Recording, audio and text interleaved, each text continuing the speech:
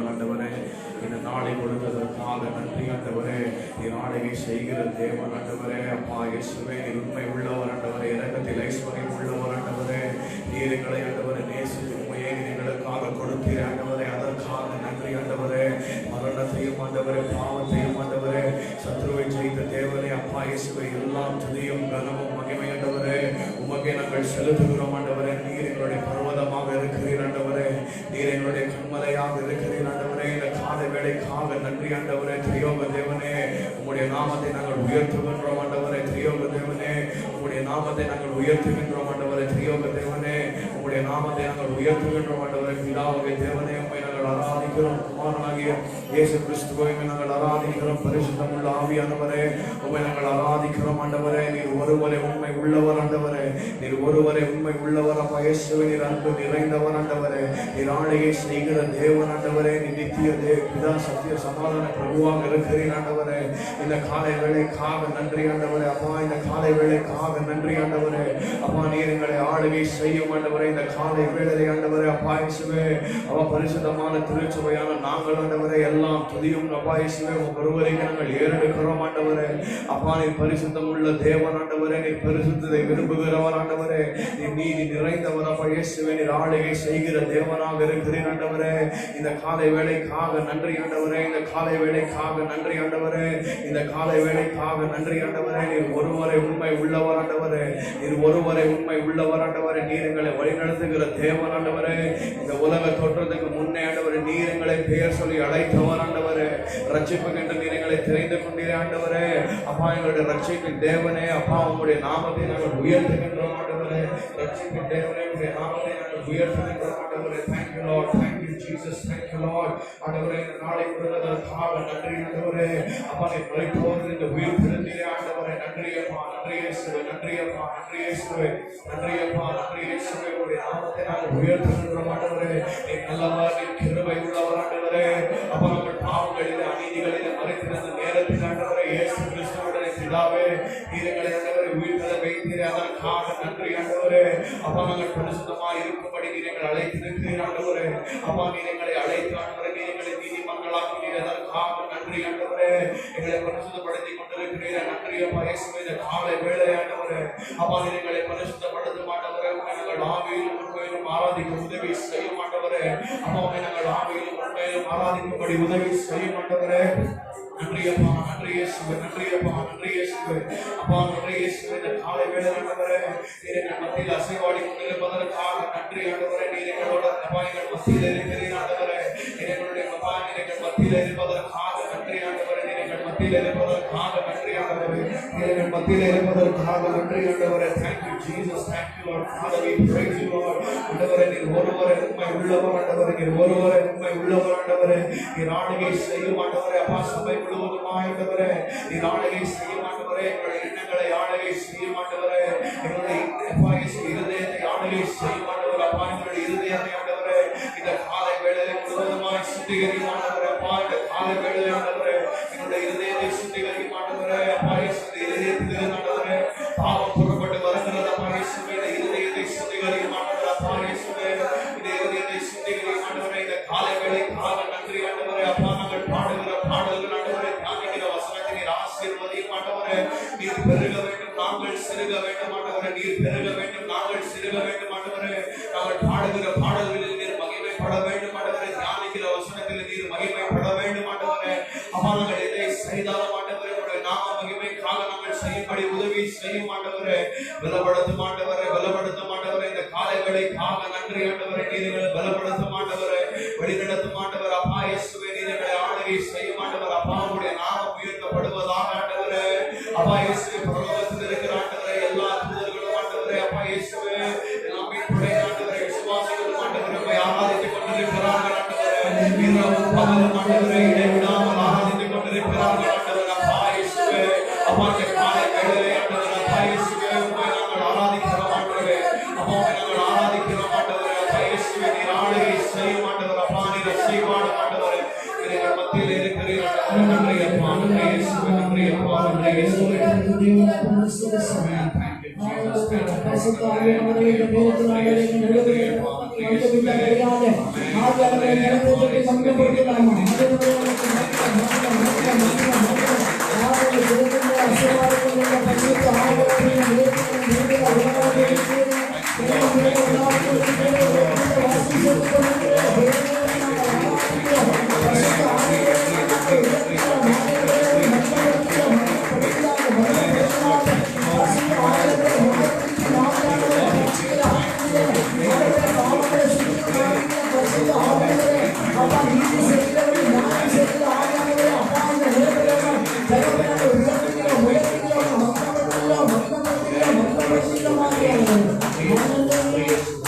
ஜீவ தண்ணீரே ஆவியானவரே வற்றாத நதியாக வாழும் போதகரே ஜீவ தண்ணீரே ஆவியானவரே வற்றாத நதியாக வாழும் போதகரே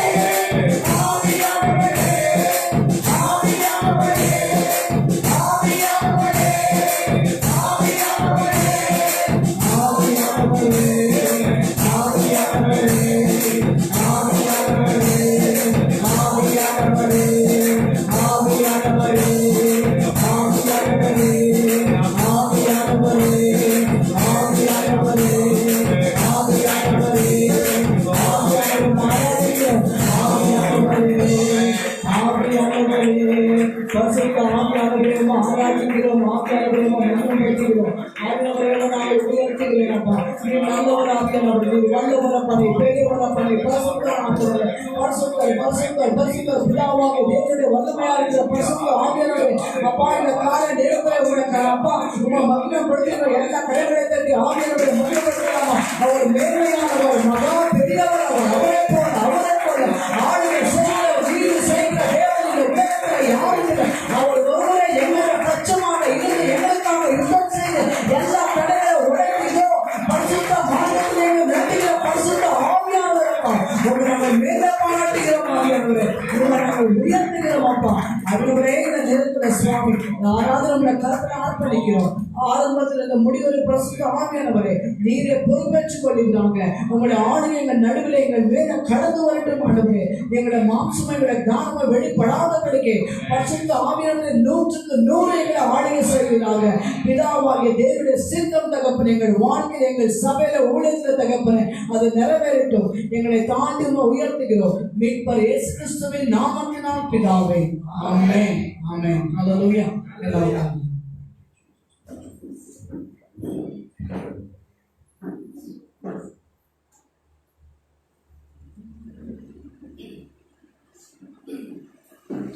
ಇದುವರೆಗೂ ಕಾಯ್ದು ನಡೆಸಿದ್ದೀವೆ ಇನ್ನು ಮೇಲೆ ಕಾಯ್ದು ನಡೆಸುವಿವೆ ಇದುವರೆಗೂ ಕಾಯ್ದು ನಡೆಸಿದ್ದೀವೆ ಇನ್ನು ಮೇಲೆ ಕಾಯ್ದು ನಡೆಸುವಿವೆ ಇವರನ್ನ ದೇವರೇ ಕಿರಿತವರಾಗಲಿ ನಿಮಗೆ ಆರಾಧನೆ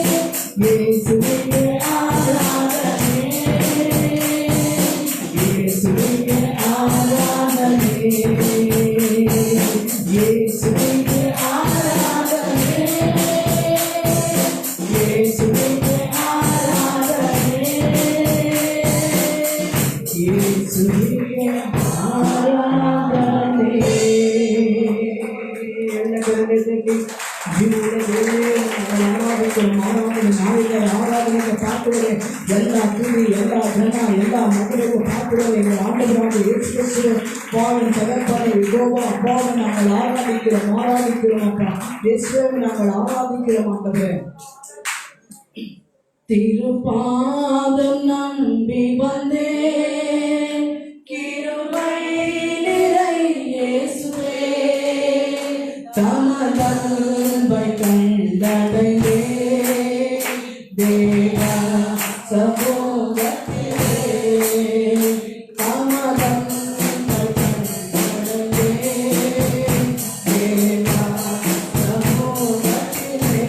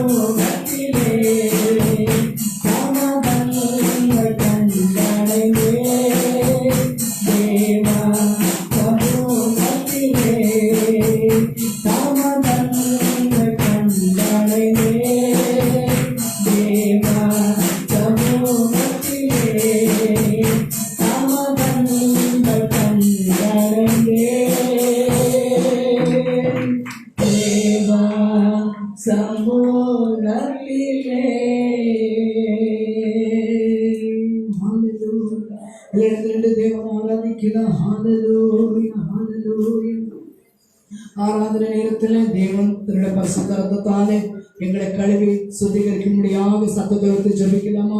எங்களுடைய உத்தமமோ, எங்களுடைய ஜெபமோ, எங்களுடைய உபவாசமோ இல்லை, எல்லாருடைய கிருபையாலே தேவன் எங்களை சுத்திகரிக்கும்படியாக தேவனை ஆராதிக்கிறவன் ஆவியோடு உண்மையோடு தொடர்பு கொள்ள வேண்டும் என்ற வார்த்தை சொல்லுகிறது. தேவனை நாங்கள் ஆவியோடு உண்மையோடு சத்தியத்தில் அவரை தொடர்பு கொள்ள தேவனே எங்களுக்கு கிருபை செய்யுங்கப்பா. ஆண்டவரே, இந்த கால நேரத்திலே உமக்கு விரோதமாக, பரலோகத்துக்கு விரோதமாக ராஜா நான் செய்த எல்லா பாவங்கள், அக்கிரமங்கள், மீறுதல்கள் தகப்பனே, ஆண்டவரே சிந்தையில, செயல்களில், ஆண்டவரே கற்பனைகளில், ஆண்டவரே செய்த எல்லா தகப்பனே, ஆண்டவரே பாவங்களே தகப்பனை மன்னித்து என்னையும் எங்களையும் ராஜா சுத்திகரிக்கிறாங்க. நான் பரிசுத்தமாக இருக்கிறதை போல நீங்களும் பரிசுத்தமாக இருக்கிற என்று சொன்ன தேவனாகிய கர்த்தரே, உம்மை போல எங்களை நீ மாற்றுகிறாங்க, உம்மை போல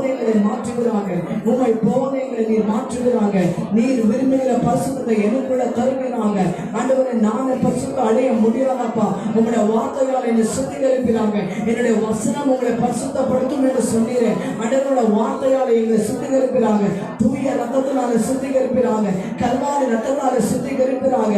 5 காயத்தில் இல்லை ஆண்டவரே, ஒளிந்து வருகிற அந்த ரத்தத்தால என்னை சுத்திகரிங்கப்பா. சுத்திகரிக்கிறாங்க ஆண்டவரே, சுத்திகரிக்கிறாங்க.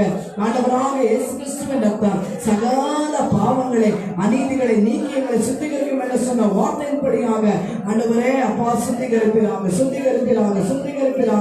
பரிசுத்தத்தோடு ஆராதிக்க தகப்பனே அப்பா, நீர் சுத்திகரிக்கிறாங்க.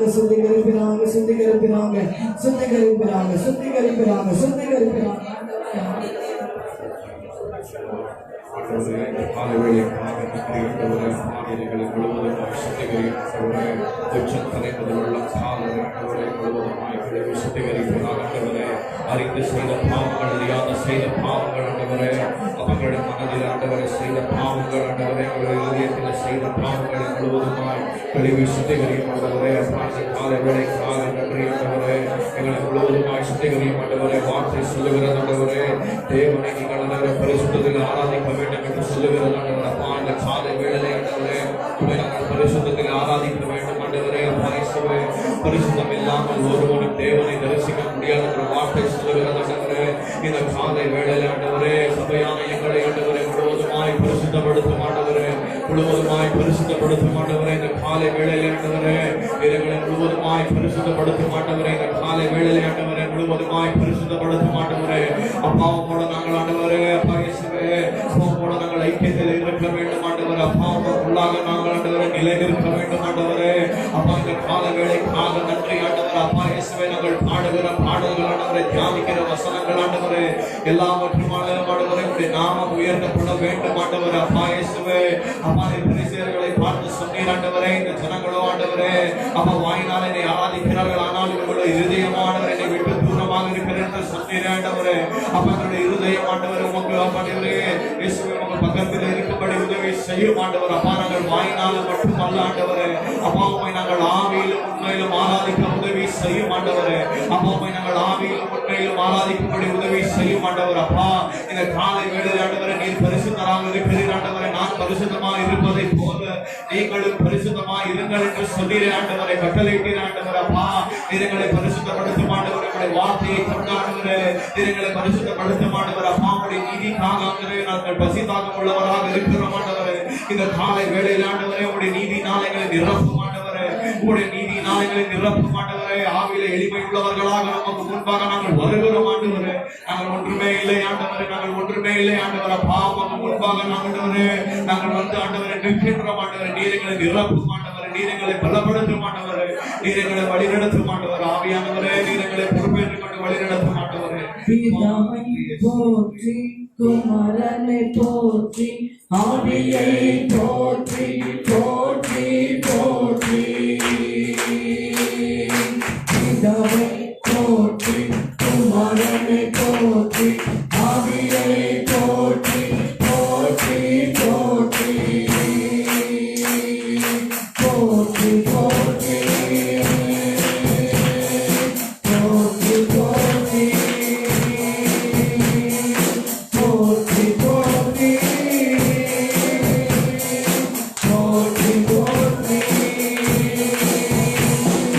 யெகோவாவே போற்றி போற்றி, எல்லாமே பார்த்துக் கொண்டீர். யெகோவாவே போற்றி போற்றி, எல்லாமே பார்த்துக் கொண்டீர். எல்லாமே பார்த்துக் கொண்டீர். பிதாவை போற்றி, குமாரனை போற்றி, ஆவியை போற்றி போற்றி போற்றி. பிதாவை போற்றி, குமாரனை போற்றி, ஆவியை போற்றி போற்றி போற்றி போற்றி போற்றி போற்றி போற்றி போற்றி போற்றி போற்றி. யெகோவாவே போற்றி போற்றி, எல்லாரும் வெற்றி தருவீர். யெகோவாவே போற்றி போற்றி, எங்களுக்கு வெற்றி தருவீர். எங்களுக்கு வெற்றி தருவீர். பிதாவை போற்றி, குமாரனை போற்றி, ஆவியை போற்றி போற்றி போற்றி. பிதாவை போற்றி, குமாரனை போற்றி, ஆவியை போற்றி போற்றி போற்றி போற்றி போற்றி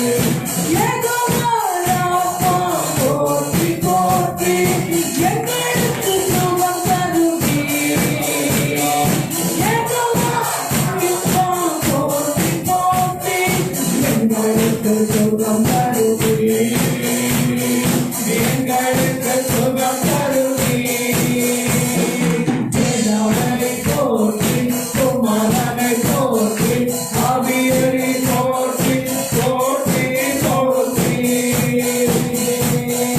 பிதாவை போற்றி குமாரனை போற்றி ஆவியனை போற்றி போற்றி போற்றி போற்றி போற்றி போற்றி போற்றி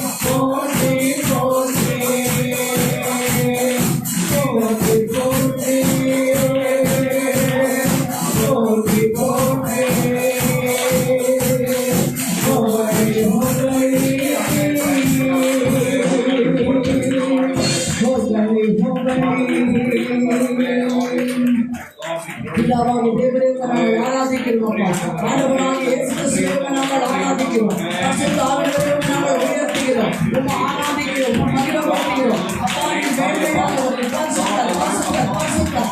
சேனைகளை கர்த்தரை ஒருவரே பரிசுத்தர் அப்பா. நல்லவர் அப்பா, வல்லவர் அப்பா, பெரியவர் அப்பா, போதுமானவர், ஈரமாக இருந்தவர் அப்பா. உம்மை நாங்கள் ஆராதிக்கிறோம் ஆண்டவரே. உம்மை நாங்கள் புகழுகிறோம் ஆண்டவரே. உம்மை உயர்த்துகிறோம்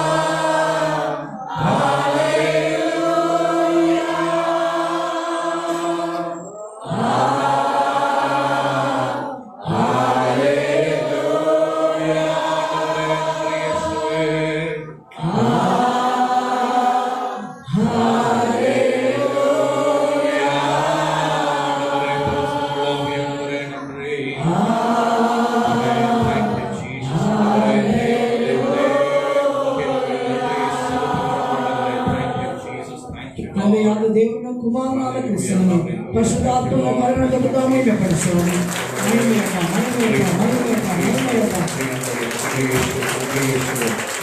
ಕರ್ತನಾದ ಯೇಸುವು ನಮಗೆ ಕಲಿಸಿಕೊಡುವ ಪ್ರಾರ್ಥನೆಯನ್ನು ಇದನ್ನು ನಮ್ಮ ಸ್ವಂತ ಭಾಷೆಗಳಲ್ಲಿ ಗಟ್ಟಿಯಾಗಿ ಕೈಗಳನ್ನು ಮೇಲೆ ಎತ್ತಿ ಪ್ರಾರ್ಥಿಸೋಣ. ಪರಲೋಕದ ತಂದೆಯನ್ನು ನಾವು ಪರಿಶುದ್ಧದಲ್ಲಿ ನೆಲೆಸಿಕೊಳ್ಳಲಿ. ನಿಮ್ಮ ರಾಜ್ಯವು ಬರಲಿ. ಪರಲೋಕದಲ್ಲಿ ನಿಮ್ಮ ಚಿತ್ತ ನೆರವೇರುವ ಪ್ರಕಾರ ಭೂಲೋಕದಲ್ಲಿ ನೆರವೇರಲಿ. ನಮ್ಮ ಅನಂತ ಆಹಾರವನ್ನು ಇವತ್ತು ನಮಗೆ ದಯಪಾಲಿಸಿ. ಮತ್ತೊಬ್ಬರು ಮಾಡಿದ ತಪ್ಪನ್ನು ನಾವು ಕ್ಷಮಿಸುವಂತೆ ನಮ್ಮ ತಪ್ಪನ್ನು ಕ್ಷಮಿಸು. ನಾವು ಶೋಧನೆಗೆ ಹೋಗದಂತೆ ಕೇಳಿದ್ದ ತಪ್ಪಿಸಿ ನಮ್ಮನ್ನು ಕಾಪಾಡು. ಯಾಕೆಂದರೆ ರಾಜ್ಯವು ಬರುವ ಮಹಿಮೆ ಸದಾ ಕಾಲವು ನಿಮ್ಮದೇ ಸ್ವಾಮಿ. ಆಮೆನ್. ಆಮೆನ್.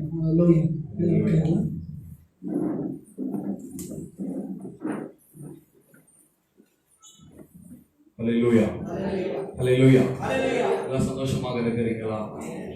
எல்லாம் நல்லா ஜெபிக்கிறீங்களா? எல்லாம் நல்லா வேத வாசிக்கிறீங்களா? பொய் சொல்லக்கூடாது. பொய் சொல்லக்கூடாது.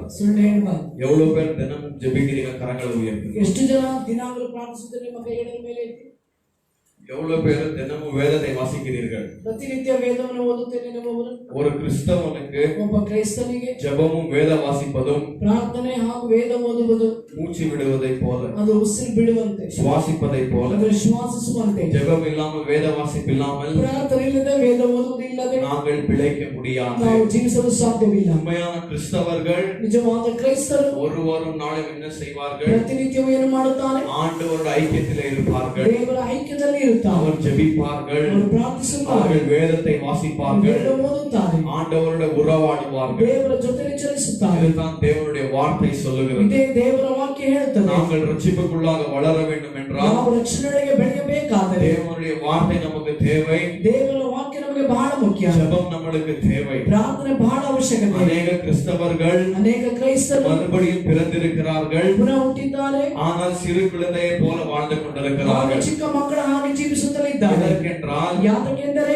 ஆண்டவருக்குள்ளாக வளருவதில்லை, ಕರ್ತನೊಳಗೆ ಬೆಳೆಯುವುದಿಲ್ಲ, ஜெபம் இல்லை, ಪ್ರಾರ್ಥನೆ ಇಲ್ಲ, வேத வாசிப்பில்லை. ವೇದ ಓದುವುದಿಲ್ಲ. எவ்வளோ ஜெபிக்கிறீங்களோ, ಎಷ್ಟು ಪ್ರಾರ್ಥಿಸುತ್ತೀರೋ, எவ்வளோ வேதத்தை ಎಷ್ಟು வாசிக்கிறீங்களோ, ವೇದ ಓದುತ್ತೀರೋ, உங்களுக்கு ஆண்டவர் யார் என்று தெரியும். ನಿಮಗೆ ದೇವರು ಯಾರೆಂದು ತಿಳಿಯುತ್ತದೆ. எப்பொழுது நீங்கள் ஆண்டவர் யார் என்று அறிகிறீர்களோ, ಯಾವಾಗ ನೀವು ದೇವರು ಯಾರೆಂದು ತಿಳಿಯುತ್ತೀರೋ, என்ன பிரச்சனை வந்தாலும், ಏನೇ ಸಮಸ್ಯೆ ಬಂದರೂ, என்ன போராட்டம் ಏನೇ வந்தாலும், ಹೋರಾಟ ಬಂದರೂ, நீங்கள் ஆண்டவரின் மேல் விசுவாசத்தை வைத்து ನೀವು ದೇವರ ಮೇಲೆ இந்த ವಿಶ್ವಾಸವಿಟ್ಟು உலகத்தில் வாழ்வீர்கள். ಈ ಲೋಕದಲ್ಲಿ ಜೀವಿಸುತ್ತೀರಿ. வார்த்தை இல்லாத காரணத்தினால் என்ன ஆகிறது என்றால், ವಾಕ್ಯ ಇಲ್ಲದಿರುವ ಕಾರಣದಿಂದ ಏನಾಗುತ್ತದೆ ಎಂದರೆ நாங்கள் சோர்ந்து போய் ನಾವು விடுகிறோம். ಸೋತು ಹೋಗುತ್ತೇವೆ. ஐயோ ஆண்டவர் இருக்கிறாரா இல்லையா? ಅಯ್ಯೋ ದೇವರು ಇದ್ದಾರೋ ಇಲ್ಲವೋ, ஐயோ ஆண்டவர் ஜெபத்துக்கு பதில் தருகிறாரா இல்லையா? ದೇವರು ಪ್ರಾರ್ಥನೆಗೆ ಉತ್ತರ ಕೊಡುತ್ತಾರೋ ಇಲ್ಲವೋ, ஏதோ 5 நிமிடம் ஒரு ஜெபம் ஜெபித்தா அது பத்தாது. ಏನೋ 5 ನಿಮಿಷ ಒಂದು ಪ್ರಾರ್ಥನೆ ಮಾಡಿದ್ರೆ ಅದು ಸಾಲದು. இயேசு கிறிஸ்து நம்மளுக்கு கற்றுக் கொடுத்திருக்கிறார். ಯೇಸು ಕ್ರಿಸ್ತ ನಮಗೆ ಕಲಿಸಿಕೊಟ್ಟಿದ್ದಾನೆ. இடைவிடாமல் ஜெபிக்க வேண்டும். ಎಡೆಬಿಡದೆ ಪ್ರಾರ್ಥಿಸಬೇಕು. இடைவிடாமல் ஜெபிக்க வேண்டும். ಎಡೆಬಿಡದೆ ಪ್ರಾರ್ಥಿಸಬೇಕು. நீங்கள் படுக்கும்போது ஜெபிக்கணும். ನೀವು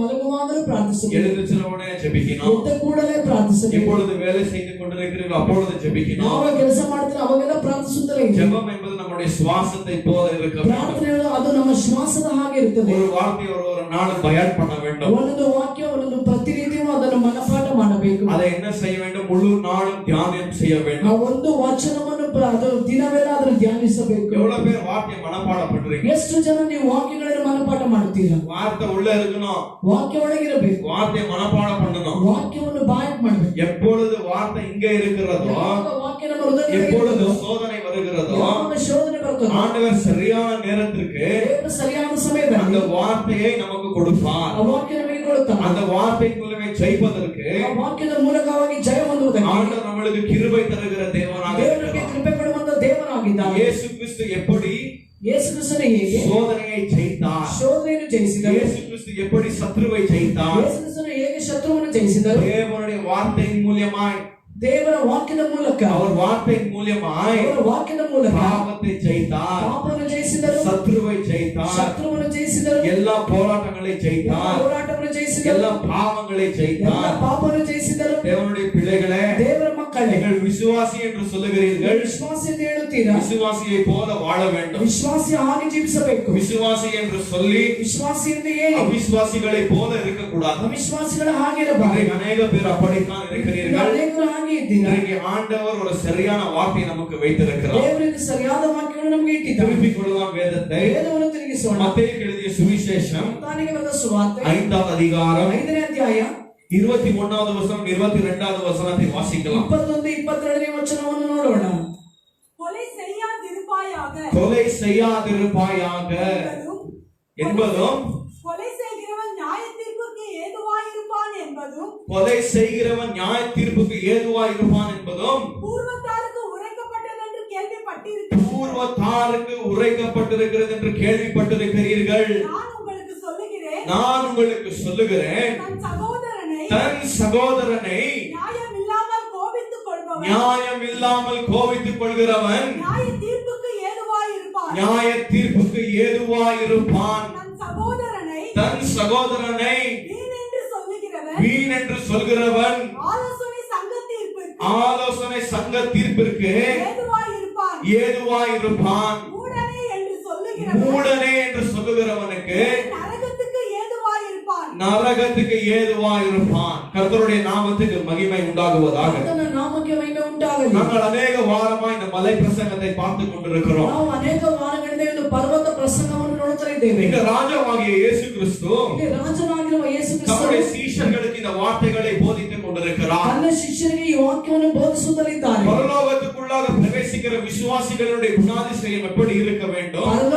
ಪರಲೋಕದೊಳಗೆ ಪ್ರವೇಶ ಮಾಡುವಂತ ವಿಶ್ವಾಸಿಗಳ ಗುಣಾತಿಶಯ ಹೇಗಿರಬೇಕು? அவர்கள் இந்த உலகத்தில் எப்படி வாழ வேண்டும்? ಅವರುಗಳು ಈ ಲೋಕದಲ್ಲಿ ಹೇಗೆ ಜೀವಿಸಬೇಕು? அவர்கள் தேவனுடைய பிரமாணங்களை எப்படி கைக்கொண்டு நடக்க வேண்டும் என்று ಅವರುಗಳು ದೇವರ ಪ್ರಮಾಣಗಳನ್ನು ಹೇಗೆ ಕೈಗೊಂಡು ನಡೆಯಬೇಕೆಂದು இயேசு கிறிஸ்து தம்முடைய சீஷர்களுக்கு கற்றுக் கொடுத்து கொண்டிருக்கிறார். ಯೇಸು ಕ್ರಿಸ್ತನು ತನ್ನ ಶಿಷ್ಯರಿಗೆ ಅದನ್ನು ಹೇಳಿಕೊಡುತ್ತಲಿದ್ದಾನೆ. ಮೊದಲು ஆண்டவர் சொல்லியிருக்கிறார், ದೇವರು ಹೇಳಿದ್ದಾನೆ, பரலோகத்துக்குள்ளாக பிரவேசிக்கிற விசுவாசிகளினுடைய குணாதிசயம் எப்படி இருக்க வேண்டும்? ಪರಲೋಕದೊಳಗೆ ಪ್ರವೇಶ ಮಾಡುವಂತ ವಿಶ್ವಾಸಿಗಳ ಗುಣಾತಿಶಯ ಹೇಗಿರಬೇಕು? அவன் ஒவ்வொரு நாளும் ಅವರು ಪ್ರತಿನಿತ್ಯವೂ இந்த குணாதிசயங்களுக்குள்ளாக வளர்ந்து கொண்டே இருக்க ಈ வேண்டும். ಗುಣಾತಿಶಯಗಳಿಗೆ ಅವನು ಬೆಳೆಯುತ್ತಲೇ ಇರಬೇಕು. வளர்கிறவன் தான் கிறிஸ்தவன். ಬೆಳೆಯುವವನು ಮಾತ್ರವೇ ಕ್ರೈಸ್ತನು. அப்பொழுது இயேசு இந்த வார்த்தைகளிலே சொல்லுகிறார், ಆಗ ಯೇಸು ಈ ಒಂದು ವಾಕ್ಯದಲ್ಲಿ ಹೇಳುತ್ತಾನೆ, ராஜ்யத்துக்குள்ளாக இருக்கிற நீங்கள் எப்படி இருக்க வேண்டும்? ರಾಜ್ಯದೊಳಗಿರುವಂತ ನೀವುಗಳು ಹೇಗೆ ಇದ್ದೀರಾ? நீங்கள் ராஜ்யத்துக்குள்ளாக உண்மையாகவே இருக்கிறீர்களா? ನಿಜವಾಗಿ ನೀವು ಅದರ ರಾಜ್ಯದೊಳಗೆ ಇದ್ದೀರಾ? இன்னைக்கு இருக்கிற கிறிஸ்தவத்தை நாங்கள் பார்த்தோம் என்றால், ಇಲ್ಲಿ ಇರುವಂತ ಈ ಒಂದು ಕ್ರೈಸ್ತತ್ವವನ್ನು ನೋಡುವಾಗ ஜனங்கள் சுயநீதியில வாழ்ந்து கொண்டிருக்கிறார்கள், ಜನರು ಸ್ವಂತ ನೀತಿಯಲ್ಲಿ ಜೀವಿಸುತ್ತಲಿದ್ದಾರೆ, பாவத்தில வாழ்ந்து கொண்டிருக்கிறார்கள், ಪಾಪದಲ್ಲಿ ಜೀವಿಸುತ್ತಲಿದ್ದಾರೆ, சபைக்கு வருகிறார்கள், ಸಭೆಗೆ ಬರುತ್ತಾರೆ, ஆனால் தேவனுடைய ராஜ்யத்துக்குள்ளாக இல்லை. ಆದರೆ ದೇವರ ರಾಜ್ಯದೊಳಗೆ ಇಲ್ಲ. அவர்கள் பிசாசுடைய ராஜ்யத்துக்குள்ளாக இருக்கிறார்கள். ಅವರು ಪಿಶಾಚಿಯ ರಾಜ್ಯದೊಳಗೆ ಇದ್ದಾರೆ. நாங்கள் விசுவாசி என்று சொல்லுகிறோம். ನಾವು ವಿಶ್ವಾಸಿ ಎಂದು நான் ಹೇಳುತ್ತೇವೆ. ரட்சிக்கப்பட்டு 30 வருடம் ஆகிவிட்டது, ನಾನು ರಕ್ಷಣೆ ಹೊಂದಿ 30 ವರ್ಷವಾಯಿತು, 20 வருடம் ஆகிவிட்டது, 20 ವರ್ಷವಾಯಿತು, 50 வருடம் ஆகிவிட்டது. 50 ವರ್ಷವಾಯಿತು. நான் விசுவாசி என்று ನಾವು சொல்லுகிறார்கள். ವಿಶ್ವಾಸ ಎಂದು ಹೇಳುತ್ತಾರೆ. ஆனால் இயேசு சபைக்கு வர உங்களை பார்த்து சொல்லுகிறார், ಆದರೆ ಯೇಸು ಸಭೆಗೆ ಬರುವಂತ ನಿಮ್ಮನ್ನು ನೋಡಿ ಹೇಳುತ್ತಾರೆ, இப்படிப்பட்ட குணாதிசயங்கள் உங்களுக்குள்ளாக இருக்கிறதா? ಈ ರೀತಿಯಾದ ಗುಣಾತಿಶಯ ನಿಮ್ಮೊಳಗೆ ಇದೆ. அப்பொழுது இயேசு சொல்லுகிறார், ಯೇಸು ಹೇಳುತ್ತಾನೆ, ஆவியில எளிமை உள்ளவன் பாக்கியவான், ಆತ್ಮದಲ್ಲಿ ಬಡವನು ಧನ್ಯನು, பரலோக ராஜ்யம் அவர்களுடையதே. ಪರಲೋಕ ರಾಜ್ಯ ಅವರದು. ஆவியில எளிமையாக இருக்க வேண்டும். ಆತ್ಮದಲ್ಲಿ ಬಡವರಾಗಿರಬೇಕು. ஆவிக்குரிய வாழ்க்கையில ಆತ್ಮಿಕವಾದ நாங்கள் ಜೀವನದಲ್ಲಿ எளிமை உள்ளவர்களாக இருக்க ನಾವು வேண்டும். ಬಹಳ ಸರಳವಾಗಿ ஆண்டவரே, ದೀನರಾಗಿರಬೇಕು. நான் ஒன்றுமே இல்லையே, ದೇವರೇ, ನಾನು ಏನೂ ಇಲ್ಲ, எனக்குள்ளாக வெறும் பாவம் இருக்கிறது. ನನ್ನೊಳಗೆ ಬರೀ ಪಾಪವಿದೆ, ஆண்டவரே, நான் எதுக்கும் உதவாதவன், ನಾನು ಯಾವುದಕ್ಕೂ ಬಾರದೆ ಇರುವವನು, எனக்குள்ளாக ஒரு நன்மையான காரியங்கள் இல்லை, ನನ್ನೊಳಗೆ ಯಾವ ಒಳ್ಳೆಯ ಕಾರ್ಯವೂ ಇಲ್ಲ, எனக்குள்ளாக வெறும் பாவம் நிறைந்திருக்கிறது ನನ್ನೊಳಗೆ ಬರೀ ಪಾಪ ತುಂಬಿದೆ என்று எப்பொழுது அந்த மனுஷன் ஆண்டவருக்கு முன்பாக வருகிறானோ, ಯಾವಾಗ ಆ ಒಂದು ಮನುಷ್ಯನು ದೇವರ ಮುಂಭಾಗ ಬರ್ತಾನೋ, ஆவிக்குரிய வாழ்க்கையில எளிமை உள்ளவனாக இருக்கிறானோ, ಅವನು ಆತ್ಮಿಕವಾದ ಜೀವನದಲ್ಲಿ ಅವನು ದೀನನಾಗಿ ಇದ್ದಾನೆ. இயேசு அவனை பார்த்து சொல்லுகிறார், ಯೇಸು ಅವನನ್ನು ನೋಡಿ ಹೇಳ್ತಾನೆ, பரலோக ராஜ்யம் அவர்களுடையதே. ಪರಲೋಕ ರಾಜ್ಯ ರಾಜ್ಯ ಅವರದು. ஆவியில எளிமை உள்ளவர்களாக இருக்கிறீர்களா? ಆತ್ಮದಲ್ಲಿ ಬಡವರಾಗಿದ್ದೀರಾ? அடுத்த வசனத்தில் சொல்லுகிறார், ಮರುವಾಕ್ಯದಲ್ಲಿ ಹೇಳುತ್ತಾರೆ, பாவத்தை குறித்து துக்கிக்கிறவர்கள் பாக்கியவான்கள், ಪಾಪದ ಕುರಿತಾಗಿ ದುಃಖ ಪಡುವವರು ಧನ್ಯರು, அவர்கள் ஆறுதல் அடைவார்கள். ಅವರು ಸಂತೈಸುವಿಕೆ ಹೊಂದುತ್ತಾರೆ. பொறுமை உள்ளவர்கள் பாக்கியவான்கள், ಸಾತ್ವಿಕನು ಧನ್ಯನು, அவர்கள் பூமியை சுதந்தரிப்பார்கள்.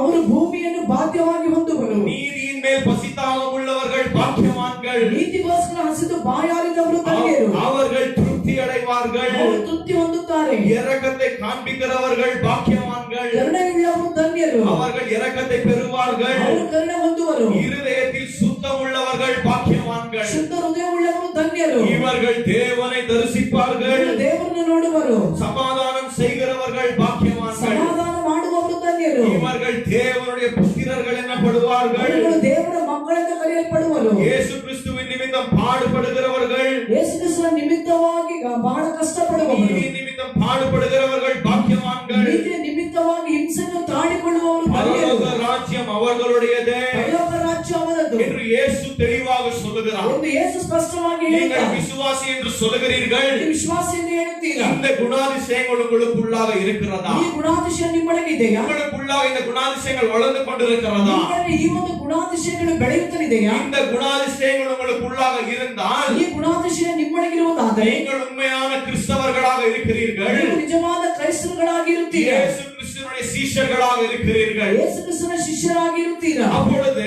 ಆಗ 13வது வசனத்திலிருந்து 13ನೇ ವಚನದಿಂದ 16வது வசனம் வரைக்கும் 16ನೇ ವಚನದವರೆಗೆ இயேசுவின் என்ன சொல்லிக் கொண்டிருக்கிறார் என்றால், ಯೇಸು ಏನು ಹೇಳುತ್ತಿದ್ದಾನೆ? ஒரு விசுவாசியானவனுடைய நோக்கம் இந்த உலகத்திலே என்ன, ಒಂದು ವಿಶ್ವಾಸಿಯ ಉದ್ದೇಶ ಈ ಲೋಕದಲ್ಲಿ ಏನು ಇದೆ, அவன் இந்த உலகத்தில் எப்படி வாழ வேண்டும் ಅವನು என்று ಈ ಲೋಕದಲ್ಲಿ ಹೇಗೆ ಜೀವಿಸಬೇಕೆಂದು இயேசு தெளிவாக சொல்லிக் கொண்டிருக்கிறார். ಯೇಸು ಸ್ಪಷ್ಟವಾಗಿ ಹೇಳುತ್ತಿದ್ದಾನೆ. நாங்கள் இந்த உலகத்துக்கு சேர்ந்தவர்கள் அல்ல, ನಾವು ಈ ಲೋಕಕ್ಕೆ ಸೇರಿದವರಲ್ಲ, ஆனால் இந்த உலகத்திலே நாங்கள் வாழ வேண்டும். ಆದರೆ ಈ ಲೋಕದಲ್ಲಿಯೇ ನಾವು ಜೀವಿಸಬೇಕು. ஒரு விசுவாசி இந்த உலகத்திலே எப்படி இருக்க வேண்டும்? ಒಂದು ವಿಶ್ವಾಸಿ ಲೋಕದಲ್ಲಿ ಹೇಗೆ ಇರಬೇಕು? அப்பொழுது இயேசு சீஷர்களை பார்த்து சொல்லுகிறார், ಆಗ ಯೇಸು ಶಿಷ್ಯರನ್ನು ನೋಡಿ ಹೇಳುತ್ತಾನೆ, நீங்கள் இந்த பூமிக்கு உப்பாக இருக்கிறீர்கள், ನೀವು ಈ ಭೂಮಿಗೆ ಉಪ್ಪಾಗಿ ಇದ್ದೀರಾ, நீங்கள் இந்த உலகத்துக்கு வெளிச்சமாக ನೀವು இருக்கிறீர்கள். ಈ ಲೋಕಕ್ಕೆ ಬೆಳಕಾಗಿ ಇದ್ದೀರಾ. தேவனுடைய பிள்ளைகளே, ದೇವರ ಮಕ್ಕಳೇ, உங்களை பார்த்து எத்தனை பேர் இயேசு கிறிஸ்துவிடத்தில் வந்திருக்கிறார்கள்? ನಿಮ್ಮನ್ನು ನೋಡಿ ಎಷ್ಟು ಜನ ಯೇಸು ಕ್ರಿಸ್ತನ ಬಳಿಗೆ ಬಂದಿದ್ದಾರೆ. உங்களுடைய குணாதிசயங்களை பார்த்து எத்தனை பேர் ஆச்சரியப்பட்டிருக்கிறார்கள்? ನಿಮ್ಮ ಗುಣಾತಿಶಯನ್ನು ನೋಡಿ ಎಷ್ಟು ಜನ ಆಶ್ಚರ್ಯಪಟ್ಟಿದ್ದಾರೆ. ஐயோ, இவன் எப்படி இப்படி வாழுகிறான் என்று ஜனங்கள் உங்களை குறித்து சாட்சி கொடுத்திருக்கிறார்களா? ಇವರು ಹೇಗೆ ಹೀಗೆ ಜೀವಿಸುತ್ತಿದ್ದಾರೆ ಎಂದು ಜನರು ನಿಮ್ಮನ್ನು ನೋಡಿ ಸಾಕ್ಷಿ ಕೊಡುತ್ತಿದ್ದಾರೆ. ஆண்டவர் சபையை பார்த்து சொல்லுகிறார், ದೇವರು ಸಭೆಯನ್ನು ನೋಡಿ ಹೇಳುತ್ತಾರೆ, நீங்கள் வெளிச்சமாக இருக்கிறீர்கள். ನೀವು ಬೆಳಕಾಗಿ ಇದ್ದೀರಾ. நீங்கள் இருக்கிற இடத்திலே நீங்கள் வெளிச்சமாக இருக்கிறீர்களா? ನೀವು ಇರುವ ಸ್ಥಳದಲ್ಲಿ ನೀವು ಬೆಳಕಾಗಿ ಇದ್ದೀರಾ. நீங்கள் வேலை செய்கிற இடத்திலே நீங்கள் வெளிச்சமாக இருக்கிறீர்களா? ನೀವು ಕೆಲಸ ಮಾಡುವ ಸ್ಥಳದಲ್ಲಿ ನೀವು ಬೆಳಕಾಗಿ ಇದ್ದೀರಾ. நீங்கள் படிக்கிற இடத்திலே நீங்கள் வெளிச்சமாக இருக்கிறீர்களா? ನೀವು ಓದುವಂತ ಸ್ಥಳದಲ್ಲಿ ಬೆಳಕಾಗಿ ಇದ್ದೀರಾ. நீங்கள் வெளிச்சமாக இருந்தால் நீங்கள் கிறிஸ்தவர்கள், ನೀವು ಬೆಳಕಾಗಿ ಇದ್ದರೆ ನೀವು ಕ್ರೈಸ್ತರು. நீங்கள் வெளிச்சமாக இல்லாவிட்டால் நீங்கள் அவிசுவாசியாக ನೀವು இருக்கிறீர்கள். ಆದರೆ ನೀವು ಇರುವ ಸ್ಥಳದಲ್ಲಿ ಬೆಳಕಾಗಿಲ್ಲದೆ ಹೋದರೆ ನೀವು ಅವಿಶ್ವಾಸಿಗಳಾಗಿರುತ್ತೀರಿ. அதற்கு பின்பு பார்த்தீர்கள் என்றால் ಅದ ಮೇಲೆ ನೋಡುವ இயேசு கிறிஸ்து ಯೇಸು ಕ್ರಿಸ್ತನು நியாய பிரமாணத்தை குறித்து பேசுகிறார். ನ್ಯಾಯ ಪ್ರಮಾಣವನ್ನು ಕುರಿತಾಗಿ ಮಾತಾಡಿದರು. நான் நியாய பிரமாணத்தையோ ನಾನು ನ್ಯಾಯ ಪ್ರಮಾಣವನ್ನು தீர்க்கதரிசிகளையோ ಪ್ರವಾದನ ವಚನಗಳನ್ನು அழிக்க வரவில்லை, ನಾಶ ಮಾಡಲು அதை ಬರಲಿಲ್ಲ, நான் நிறைவேற்ற வந்தேன் என்று இயேசு தெளிவாக ಅದನ್ನು சொல்கிறார். ನೆರವೇರಿಸಲು ಬಂದೆಂದು ಯೇಸು ಸ್ಪಷ್ಟವಾಗಿ ಹೇಳಿದರು. பழைய ஏற்பாடில் எழுதப்பட்ட தீர்க்க தரிசனங்களை இயேசு கிறிஸ்து நிறைவேற்ற வந்தார். ಹಳೆಯ ಏರ್ಪಾಟಿನಲ್ಲಿ ಬರೆಯಲ್ಪಟ್ಟಂತಹ ಒಂದು ಪ್ರವಾದನ ವಚನಗಳನ್ನು ಯೇಸು ನೆರವೇರಿಸಲು நியாய ಬಂದರು. பிரமாண வார்த்தைகளை நிறைவேற்றும்படியா இயேசு கிறிஸ்து இந்த உலகத்துக்கு வந்தார். ನ್ಯಾಯ ಪ್ರಮಾಣದ ವಚನಗಳನ್ನು ನೆರವೇರಿಸುವಂತೆ ಯೇಸು ಕ್ರಿಸ್ತನು ಈ ಲೋಕಕ್ಕೆ ಬಂದರು. இப்பொழுதும் அந்த வார்த்தைகளை நிறைவேற்றி கொண்டிருக்கிறார். ಈಗಲೂ ಕೂಡ ಅದೇ ವಾಕ್ಯಗಳನ್ನು ಆತನು ನೆರವೇರಿಸುತ್ತಲಿದ್ದಾನೆ. இந்த வானம் பூமி ஒளிந்து போகிற ಈ வரைக்கும் ಆಕಾಶ ಭೂಮಿ ಅಳಿದು ಹೋದರೂ ಕೂಡ அவர் வார்த்தையை நிறைவேற்றுகிற தேவனாக ಆತನ இருக்கிறார். ವಾಕ್ಯವನ್ನು ನೆರವೇರಿಸುವ ஒரு ದೇವರಾಗಿದ್ದಾನೆ. விசுவாசியானவன வாழ்க்கைக்கு ಒಂದು ವಿಶ್ವಾಸಿಯ ಜೀವಿತಕ್ಕೆ தேவனுடைய நியாய பிரமாணம் தேவை. ದೇವರ ನ್ಯಾಯ ಪ್ರಮಾಣವು ಬೇಕು. ஆண்டவர் நியாய பிரமாணத்தை அழிப்பதற்காக வரவில்லை, ದೇವರು ನ್ಯಾಯ ಪ್ರಮಾಣವನ್ನು ಆತನು ನಾಶ ಮಾಡಲು ಬರಲಿಲ್ಲ. ஆனால் இந்த நியாய பிரமாணத்தை ಆದ್ರೆ ಈ ಒಂದು ನ್ಯಾಯ ಪ್ರಮಾಣವನ್ನು ஆவியானவரின் மூலமாய் ದೇವರಾತ್ಮನ ಮೂಲಕ விசுவாசிகளுக்குள்ளாக நிறைவேற்றும்படியாய் ವಿಶ್ವಾಸಿಗಳೊಡನೆ ನೆರವೇರಿಸುವಂತೆ இயேசு கிறிஸ்து அவருடைய பிரமாணங்களை நமக்கு கொடுத்திருக்கிறார். ಯೇಸು ಕ್ರಿಸ್ತನು ಆತನ ಪ್ರಮಾಣಗಳನ್ನು ನಮಗೆ ಕೊಟ್ಟಿದ್ದಾನೆ. அப்பொழுது இயேசு சொல்லுகிறார், ಯೇಸು ಹೇಳುತ್ತಾನೆ, நியாய பிரமாணத்தில் இருக்கிற ஒரு வார்த்தை முக்கியமாக இருக்கிறது. ನ್ಯಾಯ ಪ್ರಮಾಣದಿಂದ ಒಂದು ವಚನವು ಬಹಳ ಮುಖ್ಯವಾಗಿದೆ. நான் நீங்கள் வார்த்தைகளின் பிரகாரமாய் வாழ வேண்டும். ನೀನು ಆತನ ವಾಕ್ಯದ ಪ್ರಕಾರವಾಗಿ ಜೀವಿಸಬೇಕು. 20வது வசனத்தில் ஆண்டவர் பயங்கரமாக சொல்லுகிறார், 20ನೇ ವಚನದಲ್ಲಿ ದೇವರಲ್ಲಿ ಭಯಂಕರವಾಗಿ ಹೇಳುತ್ತಾರೆ, நான் உங்களுக்கு சொல்லுகிறேன், ನಾನು ನಿಮಗೆ ಹೇಳುವುದೇನೆಂದರೆ ಶಾಸ್ತ್ರಿಗಳ ಮತ್ತು சதுசேயர்களை பார்க்கிலும் ಫರಿಸಾಯರ ನೀತಿಗಿಂತಲೂ உங்களுடைய நீதி பெருக வேண்டும். ನಿಮ್ಮ ನೀತಿಯನ್ನು ಹೆಚ್ಚಬೇಕು. ஆண்டவர் வந்து பார்த்தீர்கள் என்றால் ದೇವರನ್ನು ನೋಡುವಾಗ நான் நீங்கள் ஏனோ தானோ என்று வாழும்படியை ஆண்டவர் நம்மளை அழைக்கவில்லை. ನಾನು ನನ್ನನ್ನು ನಿನ್ನನ್ನು ಏನೋ ದಾನವನ್ನು ಜೀವಿಸುವುದಕ್ಕೆ ದೇವರು ಕರೆಯಲಿಲ್ಲ. இயேசு இங்க சீஷர்களை பார்த்து சொல்லுகிறார், ಯೇಸು ಶಿಷ್ಯರನ್ನು ನೋಡಿ ಹೇಳುತ್ತಾರೆ, உங்களுடைய நீதி ನಿಮ್ಮ ನೀತಿ பரிசேயர்களை பார்க்கிலும் ಫರಿಸಾಯರ ನೀತಿಗಿಂತಲೂ சதுசேயர்களை பார்க்கிலும் ಶಾಸ್ತ್ರಿಗಳ ನೀತಿಗಿಂತಲೂ அதிகமாக இருக்க வேண்டும். ಹೆಚ್ಚಾಗಿರಬೇಕು. நம்முடைய நீதி ನಮ್ಮ ನೀತಿ அதிகமாக இருக்க வேண்டும். ಹೆಚ್ಚಾಗಿರಬೇಕು. நம்முடைய நீதி ನಮ್ಮ ನೀತಿ ஒரு நாளும் பெருகிக் கொண்டே இருக்க வேண்டும். ಹೆಚ್ಚುತ್ತಲೇ ಇರಬೇಕು. பரிசேயர்கள் சதுசேயர்கள் அவருடைய காலங்களிலே ಅಂದ್ರೆ ಪರಿಸರ ಹಾಗೂ ವೇದಶಾಸ್ತ್ರಗಳ ಕಾಲದಲ್ಲಿ பரிசுத்தவான்கள் எண்ணப்பட்டார்கள். ಪರಿಶುದ್ಧವಂತರು ஆனால் ಎನಿಸಲ್ಪಟ್ಟರು. இயேசு தெளிவாக சொல்லுகிறார், ಯೇಸು ಸ್ಪಷ್ಟವಾಗಿ ಹೇಳಿದರು, அவர்களுடைய நீதியை பார்க்கிலும் ಅವರ ನೀತಿಗಿಂತಲೂ நம்முடைய நீதி அதிகமாக இருக்க ನಮ್ಮ வேண்டும். ನೀತಿ ಹೆಚ್ಚಾಗಿರಬೇಕು. எதற்கென்றால் ಯಾತಕ್ಕೆಂದರೆ நான் நீங்கள் இயேசு கிறிஸ்துவின் நீதியை பெற்றுக் ನಾನು கொண்டிருக்கிறோம். ನೀವು ಯೇಸು ಕ್ರಿಸ್ತನ ನೀತಿಯನ್ನು இந்த ಹೊಂದಿಕೊಂಡಿದ್ದೇವೆ. இயேசு கிறிஸ்துவின் நீதியை ಯೇಸು ಕ್ರಿಸ್ತನ ನೀತಿಯನ್ನು நான் நீங்கள் ஒரு நாளும் அபியாசம் செய்யும்படியாய் ನಾನು ನೀನು ಪ್ರತಿನಿತ್ಯವೂ ಅದನ್ನು ಕೈಗೊಂಡು ನಡೆಯುವಂತೆ ஆண்டவர் என்னையும் உன்னையும் அழைத்திருக்கிறார். ದೇವರು ನನ್ನನ್ನು ನಿನ್ನನ್ನು ಕರೆದಿದ್ದಾನೆ. இந்த பரிசேயர்கள் சதுசேயர்கள் இப்படியாக நினைத்துக் ಈ கொண்டிருந்தார்கள். ವೇದಶಾಸ್ತ್ರಗಳು ಪರಿಸರರು ಅವರುಗಳು ಹೀಗೆ ನೆನೆಸಿದರು. ஐயோ, இயேசு கிறிஸ்து நியாய பிரமாணத்தை ஒழித்துக் கொண்டிருக்கிறார். ಯೇಸು ಕ್ರಿಸ್ತನು ನ್ಯಾಯ ಪ್ರಮಾಣವನ್ನು ಆತನು ಅಲ್ಲಿ ನಾಶ ಮಾಡುತ್ತಲಿದ್ದಾನೆ. இயேசு கிறிஸ்து நியாய பிரமாணத்தின் வார்த்தைகளை உடைத்துக் கொண்டு வாழ்ந்து ಯೇಸು கொண்டிருக்கிறார். ಕ್ರಿಸ್ತನು ನ್ಯಾಯ ಪ್ರಮಾಣದ ವಚನಗಳನ್ನು ಆತನು ಒಡೆದು ಜೀವಿಸುತ್ತಲಿದ್ದಾನೆ. ஆனால் இயேசு கிறிஸ்து தெளிவாக சொல்லுகிறார், ಆದರೆ ಯೇಸು ಕ್ರಿಸ್ತನು ಸ್ಪಷ್ಟವಾಗಿ ಹೇಳುತ್ತಾನೆ, நான் நியாய பிரமாணத்தை அழிப்பதற்காக வரவில்லை, ನಾನು ನ್ಯಾಯ ಪ್ರಮಾಣವನ್ನು ನಾಶ ಮಾಡುವುದಕ್ಕೆ ಬರಲಿಲ್ಲ, அதை நான் நிறைவேற்ற வந்தேன் என்று இயேசு தெளிவாக ಅದನ್ನು பேசுகிறார். ನೆರವೇರಿಸಲು ಬಂದೆಂದು ಯೇಸು ಹೇಳುತ್ತಿದ್ದಾನೆ. 21வது ವಚನத்திலிருந்து 21ನೇ ವಚನದಿಂದ 48வது வசனம் வரைக்கும் நீங்கள் வாசித்தீர்கள் என்றால் 48ನೇ ವಚನದವರೆಗೂ ನೀವು ನೋಡುವುದಾದರೆ இயேசு கிறிஸ்து நியாய பிரமாணத்திற்கு ನ್ಯಾಯ ಪ್ರಮಾಣಕ್ಕೆ கரெக்டான விளக்கத்தை கொடுத்து கொண்டிருக்கிறார். ಸರಿಯಾಗಿ ಆತನು ಅದನ್ನು ಇಲ್ಲಿ ವಿವರಿಸಿ ಹೇಳುತ್ತಲಿದ್ದಾನೆ. அவர் கரெக்டாக அதை வியாக்கியானம் செய்து ಆತನು கொண்டிருக்கிறார். ಈ ಒಂದು ವಚನಗಳನ್ನು ಸರಿಯಾಗಿ ಆತನು ಅಲ್ಲಿ ವ್ಯಾಖ್ಯಾನ ಮಾಡುತ್ತಲಿದ್ದಾನೆ. நான் உங்களுக்கு சொன்னேன், ನಾನು ನಿಮಗೆ ಹೇಳಿದೆ, இந்த பரிசேயர்கள் சதுசேயர்கள் என்ன செய்து கொண்டிருந்தார்கள்? ವೇದಶಾಸ್ತ್ರಗಳು ಹಾಗೂ ಪರಿಸರರು ಏನು ಮಾಡುತ್ತಲಿದ್ದರು? தேவனுடைய பிரமாணங்களை பார்க்கிலும் ದೇವರ ಪ್ರಮಾಣಕ್ಕಿಂತಲೂ வாய்வழியின் வருகிற வரலாற்றை, ಆಗ ಅವರ ಬಾಯ ಮೂಲಕ ಬಂದಂತ ಆ ಒಂದು ಪ್ರಮಾಣಗಳನ್ನು, அந்த பிதாக்களின் வரலாற்றை என்ன செய்து கொண்டிருந்தார்கள்? ಅಂದ್ರೆ ಆ ಒಂದು ಪಿತೃಗಳ ಒಂದು ಪ್ರಮಾಣಗಳನ್ನು, ಬಾಯಿಂದ ಬರುವಂತ ಪ್ರಮಾಣಗಳನ್ನು ಅವರು ಏನು ಮಾಡಿದರು? தேவனுடைய பிரமாணங்களின் மேலே வைத்து ದೇವರ ಪ್ರಮಾಣದ ಮೇಲೆ ಅದನ್ನು ಇಟ್ಟು ஆண்டவருடைய வார்த்தைகளை நிராகரித்து ದೇವರ ವಾಕ್ಯಗಳನ್ನು ನಿರಾಕರಿಸಿ பிதாக்கள் தந்த அந்த வாய்வழியின் வரலாற்றை இவர்கள் பின்தொடர்ந்து கொண்டு நடந்து ತಮ್ಮ கொண்டிருந்தார்கள். ಪಿತೃಗಳು ಬಾಯ ಮೂಲಕ ಕೊಟ್ಟಂತ ಆ ಒಂದು ವಚನಗಳನ್ನು ಇವರುಗಳು ಕೈಗೊಂಡು ನಡೆಯುತ್ತಲಿದ್ದರು. இயேசு கிறிஸ்து அவர்களை சரியாக திட்டுகிறார், ಯೇಸು ಕ್ರಿಸ್ತನ ಅಲ್ಲಿ ಅವರನ್ನ ಕುರಿತಾಗಿ ಇಲ್ಲಿ ಸರಿಯಾಗಿ ಹೇಳಿದರು, சரியாக திட்டுகிறார். ಸರಿಯಾಗಿ ಅವರಲ್ಲಿ ಬೈದರು. இந்த ஜனங்கள் பார்த்தீர்கள் என்றால் ಈ ಜನರನ್ನು ನೋಡಿದರೆ பிரமாணங்களின் பிரகாரமாய் வாழாமல் ಇವುಗಳ ಪ್ರಮಾಣದ ಪ್ರಕಾರವಾಗಿ ಜೀವಿಸದೆ இந்த பிதாக்கள் தந்த வார்த்தைகளின் பிரகாரமாய் வாழ்ந்து ಅವರ கொண்டிருக்கிறார்கள். ಪಿತೃಗಳು ಕೊಟ್ಟಂತ ವಾಕ್ಯದಂತೆ ಅವರುಗಳು அந்த ಜೀವಿಸುತ್ತಲಿದ್ದರು. வரலாற்றை பின்தொடர்ந்து கொண்டு நடந்து கொண்டிருக்கிறார்கள். ಆ ಒಂದು ವಾಕ್ಯಗಳನ್ನು ಅವರುಗಳು ಹಿಂಬಾಲಿಸಿ ಆ ಒಂದು ಪಾರಂಪರ್ಯವನ್ನು ಹಿಂಬಾಲಿಸಿ ನಡೆಯುತ್ತಲಿದ್ದರು. ஆனால் இந்த 21வது வசனத்திலிருந்து 21ನೇ ವಚನದಿಂದ 48வது வசனம் வரைக்கும் வாசித்தீர்கள் என்றால் 48ನೇ ವಚನದವರೆಗೆ ನೋಡುವುದಾದರೆ இயேசு கிறிஸ்து நியாய பிரமாணಕ್ಕೆ தெளிவான விளக்கத்தை இங்கு கொடுத்து கொண்டிருக்கிறார். ಯೇಸು ಕ್ರಿಸ್ತನು ನ್ಯಾಯ ಪ್ರಮಾಣವನ್ನು ಕುರಿತಾಗಿ ಒಂದು ಸರಿಯಾದ ವಿವರಣೆಯನ್ನು ಇಲ್ಲಿ ಕೊಟ್ಟರು. இந்த பரிசேயர்கள் சதுசேயர்கள் ಇಲ್ಲಿ ವೇದಶಾಸ್ತ್ರಿಗಳು ಪರಿಸಾಯರು கள்ள போதனை செய்து கொண்டு ಕಳ್ಳ ಬೋಧನೆ ಮಾಡುತ್ತಾ ஜனங்களை தப்பான வழிகளில் நடத்தி கொண்டிருந்தார்கள். ಜನಗಳನ್ನು ತಪ್ಪಾದ ದಾರಿಯಲ್ಲಿ ನಡೆಸುತ್ತಲಿದ್ದರು. ஆனால் இயேசு கிறிஸ்து ಆದರೆ ಯೇಸು ಕ್ರಿಸ್ತನು நியாய பிரமாணத்திற்கு ನ್ಯಾಯ ಪ್ರಮಾಣಕ್ಕೆ சரியான விளக்கத்தை கொடுத்து ಸರಿಯಾಗಿ ಅದನ್ನು ಅಲ್ಲಿ ವಿವರಿಸಿ, நீங்கள் இப்படி இருக்க வேண்டும், ನೀವು ಹೀಗೆ ಇರಬೇಕು, ஆண்டவர் உங்களிடத்திலிருந்து இதை விரும்புகிறார் ದೇವರು ನಿಮ್ಮ ಬಳಿಯಿಂದ ಇದನ್ನು என்று ಬಯಸುತ್ತಾರೆ இயேசு தெளிவாக வார்த்தைகளை அங்கு பேசுகிறார். ಮತ್ತು ಯೇಸು ಸ್ಪಷ್ಟವಾಗಿ ಇಲ್ಲಿ ವಾಕ್ಯವನ್ನು ಕುರಿತಾಗಿ ಮಾತಾಡಿದರು. அப்பொழுது இயேசு இங்க என்ன சொல்லுகிறார் என்றால் ಯೇಸು ಏನು ಹೇಳ್ತಾರೆ? 6 விதமான வசனங்களை எடுத்து 6 ವಿಧವಾದ ವಾಕ್ಯಗಳನ್ನು ತೆಗೆದು அதுக்கு சரியான வியாக்கியானத்தை இயேசு கிறிஸ்து இங்கு கொடுத்து கொண்டிருக்கிறார். ಅದಕ್ಕೆ ಸರಿಯಾದ ವ್ಯಾಖ್ಯಾನವನ್ನು ಯೇಸುವಿಗೆ ಕೊಡುತ್ತಲಿದ್ದಾರೆ. எல்லாரும் வேதத்தை கவனியுங்கள். ವೇದವನ್ನು ಗಮನಿಸಿ. 21வது வசனத்தில் இப்படியாக இருக்கிறது. 21ನೇ ವಚನದಲ್ಲಿ ಹೀಗೆ ಇದೆ. அது 21வது வசனத்தை வாசிக்கலாம். 21ನೇ ವಚನವನ್ನು ನೋಡೋಣ. 21ನೇ ವಚನ. செய்யாதிருப்பாயாக என்பதும் கொலை செய்யாதிருப்பாயாக என்பதும் கொலை செய்கிறவன் நியாய தீர்ப்புக்கு ஏதுவாய் இருப்பான் என்பதும் பூர்வத்தாருக்கு உரைக்கப்பட்டது. கர்த்தருடைய நாமத்துக்கு மகிமை உண்டாகுவதாக. ಕರ್ತನ ನಾಮಕ್ಕೆ ಮಹಿಮೆ ಉಂಟಾಗಲಿ. இங்க 21வது வசனத்தில் இப்படியாக இருக்கிறது. 21ನೇ ವಚನದಲ್ಲಿ ಹೀಗೆ ಹೇಳುತ್ತದೆ, பூர்வத்தாருக்கு உரைக்கப்பட்டது. ಆಗ ಅಂದ್ರೆ ಹಿಂದೆ ಹೇಳಲ್ಪಟ್ಟಿದ್ದು ಪೂರ್ವಿಕರು ಹೇಳಿದರು. 27வது வசனத்திலே 22ನೇ ವಚನ பூர்வத்தாருக்கு சொல்லப்பட்டது. ಪೂರ್ವಿಕರು ಹೇಳಿದರು. 31வது வசனத்திலே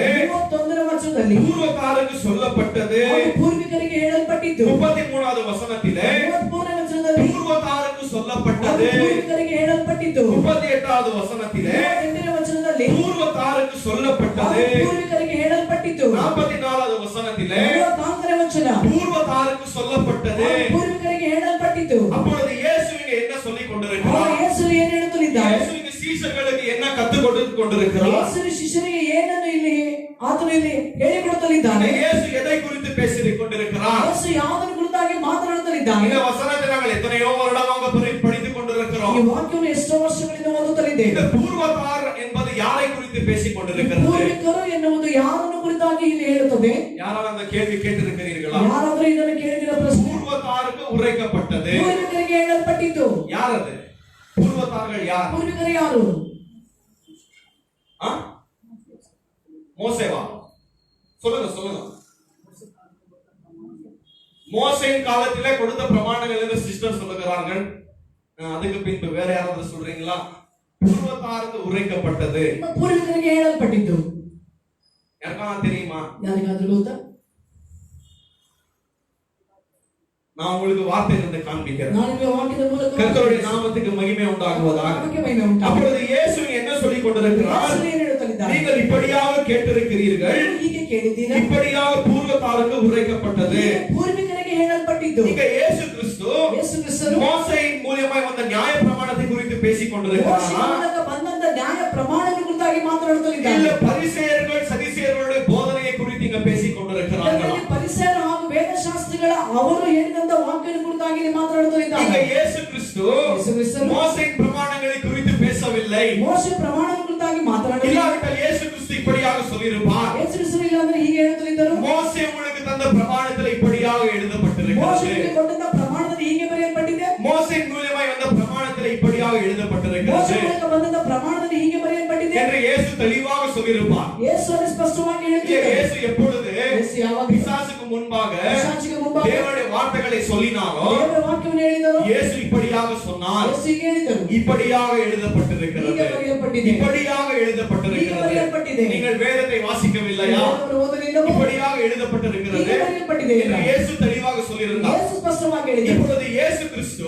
ಯೇಸು ಕ್ರಿಸ್ತನು மோசே கொடுத்த நியாய பிரமாணத்தை குறித்து பேசவில்லை. ಮೋಶೆ ಕೊಟ್ಟಂತ ಅವನ ನ್ಯಾಯ ಪ್ರಮಾಣವನ್ನು ಕುರಿತಾಗಿ ಇಲ್ಲಿ ಮಾತಾಡಲಿಲ್ಲ. மோசே கொடுத்த நியாய பிரமாணத்தை குறித்து பேசியிருந்தால் ಮೋಶೆ ಕೊಟ್ಟಂತ ನ್ಯಾಯ ಪ್ರಮಾಣದ ಕುರಿತಾಗಿ ಮಾತಾಡಿದ್ದಾರೆ. இயேசு தெளிவாக சொல்லியிருப்பார். ಯೇಸು ಸ್ಪಷ್ಟವಾಗಿ ಹೇಳುತ್ತಿದ್ದಾರೆ. மோசே கொடுத்த பிரமாணத்தில் இப்படியாக நீங்கள் படித்திருக்கிறீர்கள். ಮೋಶೆ ಕೊಟ್ಟಂತ ಪ್ರಮಾಣದಲ್ಲಿ ಹೀಗೆ ನೀವು ಓದಿದ್ದೀರಾ? பூர்வத்தாருக்கு கொடுக்கப்பட்ட இந்த மோசே பிரமாணங்கள் இப்படியாக ಆ இருக்கிறது ಪೂರ್ವಿಕರಿಗೆ ಕೊಟ್ಟಲ್ಪಟ್ಟಂತ ಮೋಶೆ ನ್ಯಾಯ ಪ್ರಮಾಣ ಹೀಗೆ ಇದೆ என்று இயேசு தெளிவாக சொல்லியிருப்பார். ಎಂದು ಯೇಸು ಸ್ಪಷ್ಟವಾಗಿ ஆனால் ಹೇಳುತ್ತಿದ್ದಾರೆ. இங்க இயேசு யாரை குறித்து பேசிக் ಯೇಸು கொண்டிருக்கிறார்? ಯಾರ ಕುರಿತಾಗಿ இந்த ಮಾತಾಡುತ್ತಾರೆ? இயேசு கிறிஸ்து ಯೇಸು ಕ್ರಿಸ್ತನು பரிசேயர்களை சதிசேயர்களை குறித்து பேசிக் கொண்டிருக்கிறார். ಹಾಗೂ ವೇದಶಾಸ್ತ್ರಿಗಳನ್ನು ಹಾಗೂ ಪರಿಸರದ ಕುರಿತಾಗಿ ಇಲ್ಲಿ இந்த ಮಾತಾಡುತ್ತಿದ್ದಾರೆ. வேத பாரகர்களை குறித்து பேசிக் கொண்டிருக்கிறார். ವೇದಶಾಸ್ತ್ರಿಗಳನ್ನು ಕುರಿತಾಗಿ ಮಾತನಾಡುತ್ತಲಿದ್ದಾರೆ. இந்த கொலை செய்யாதிருப்பாயாக, ಕೊಲೆ ಮಾಡಬೇಡಿರಿ, விபச்சாரம் செய்யாதிருப்பாயாக, ವ್ಯಭಿಚಾರ ಮಾಡಬೇಡಿರಿ, பொய் சொல்லாதிருப்பாயாக, ಸುಳ್ಳು ಹೇಳಬೇಡಿರಿ. இப்படிப்பட்ட வார்த்தைகள் ಈ ರೀತಿಯಾದ ವಾಕ್ಯ நியாய பிரமாணத்தில் இருக்கிறது. ನ್ಯಾಯ ಪ್ರಮಾಣದಲ್ಲಿ ಇದೆ. ஆனால் இந்த வேத பாரகர்கள் என்ன செய்தார்கள் ಆದ್ರೆ என்றால், ಆದ್ರೆ ಇಲ್ಲಿ ಅಂದ್ರೆ ಅವರು ವೇದಶಾಸ್ತ್ರಿಗಳು ಏನು ಮಾಡಿದರು? தேவனுடைய வார்த்தையை எடுத்துக்கொண்டு ದೇವರ ವಾಕ್ಯವನ್ನು ತೆಗೆದುಕೊಂಡು அவர்களுடைய சுய வார்த்தைகளை அதிலே ஆட் செய்தார்கள். ಅವರು ತಮ್ಮ ಸ್ವಂತ ಮಾತುಗಳನ್ನು ಅದರಲ್ಲಿ ಜೋಡಿಸಿದರು. இவர்கள் என்ன செய்து கொண்டிருந்தார்கள்? ಏನು ಮಾಡುತ್ತಿದ್ದರು? இவர்களுடைய சுய போதனையை ಇವರ ಸ್ವಂತ ಬೋಧನೆಯನ್ನು தேவனுடைய வார்த்தைகளுக்குள்ளாக வைத்துக் கொண்டிருந்தார்கள். ದೇವರ ವಾಕ್ಯಗಳನ್ನು ಇಡುತ್ತಲಿದ್ದರು. அப்பொழுது இந்த வார்த்தை சொல்லுகிறது, ಈ ವಾಕ್ಯ ಹೇಳುತ್ತದೆ, அப்பொழுது இயேசு இங்கே சொல்லுகிறார், ಯೇಸು ಹೇಳುತ್ತಾನೆ, இயேசு கிறிஸ்து ಯೇಸು ಕ್ರಿಸ್ತನು மோசே கொடுத்த பிரமாணங்களை குறித்து இங்க பேசவில்லை. ಮೋಶೆ ಕೊಟ್ಟ ಪ್ರಮಾಣದ ಕುರಿತಾಗಿ ಮಾತಾಡಲಿಲ್ಲ. ஆனால் இந்த பரிசேயர்களுடைய சதிசேயர்களுடைய ಪರಿಸರ ಹಾಗೂ ವೇದಶಾಸ್ತ್ರಿಗಳ போதனையை குறித்து பேசிக் கொண்டிருக்கிறார். ಬೋಧನೆ ಕುರಿತಾಗಿ ಮಾತನಾಡುತ್ತಲಿದ್ದಾರೆ. வாய் வழியின் மூலமாய் வந்த பாரம்பரியத்தை குறித்து பேசிக் கொண்டிருக்கிறார். ಬಾಯಿಯ ಮೂಲಕ ಬಂದಂತ ಆ ಒಂದು ಪಾರಂಪರ್ಯವನ್ನು ಕುರಿತಾಗಿ இந்த ಮಾತನಾಡುತ್ತಲಿದ್ದಾರೆ. வார்த்தையில இயேசு சொல்லுகிறார், ವಾಕ್ಯದಲ್ಲಿ ಯೇಸು ಹೇಳುತ್ತಿದ್ದಾರೆ, பூர்வத்தாருக்கு இப்படியாக உரைக்கப்பட்டது.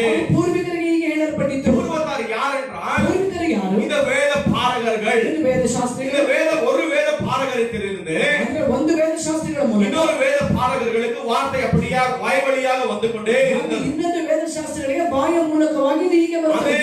வருட காலங்களாய் ಅನೇಕ ವರ್ಷ ಕಾಲಗಳಿಂದ இந்த வாய்வழி பாரம்பரியம் ಬಾಯಿ ಮೂಲಕ ಬಂದಂತ இந்த ಪಾರಂಪರ್ಯ ஜனங்களுக்கு வந்து கொண்டே ಈ இருந்தது. ಜನಗಳಿಗೆ ಬರುತ್ತಲೇ ಇತ್ತು. எவ்வளவு பேர் மார்ட்டின் லூதருடைய பேர் ಎಷ್ಟು கேட்டிருக்கிறீர்கள்? ಜನ ಒಂದು ಮಾರ್ಟಿನ್ ಲೂಥರ್ ಹೆಸರು ಕೇಳಿದ್ದೀರಾ? மார்ட்டின் லூதர் எவ்வளவு பேருக்கு தெரியணும்? ಮಾರ್ಟಿನ್ ಲೂಥರ್ ಎಷ್ಟು ಜನರಿಗೆ ಗೊತ್ತು? நீங்கள் கிறிஸ்தவர்களானால் அதை குறித்து நீங்கள் நீங்கள் படித்து தெரிந்து கொள்ள ನೀವು வேண்டும். ಕ್ರೈಸ್ತರಾದ್ರೆ ಅವರ ಬಗ್ಗೆ ನಿಶ್ಚಯವಾಗಿ ತಿಳಿದುಕೊಳ್ಳಲೇಬೇಕು. அவர் ஆண்டவருக்காக வார்த்தைகளுக்காக எவ்வளவு போராடி ಅವರು இருக்கிறார். ದೇವರ ವಾಕ್ಯಕ್ಕಾಗಿ ಎಷ್ಟೊಂದು ಹೋರಾಡಿದರು. ಈಗ என்ன ஆகிவிட்டது என்றால் ಅದು ಈಗೇನಾಯ್ತು, ಈಗ ஒரு ರೆಫರ್ಮೇಷನ್ நடந்தது.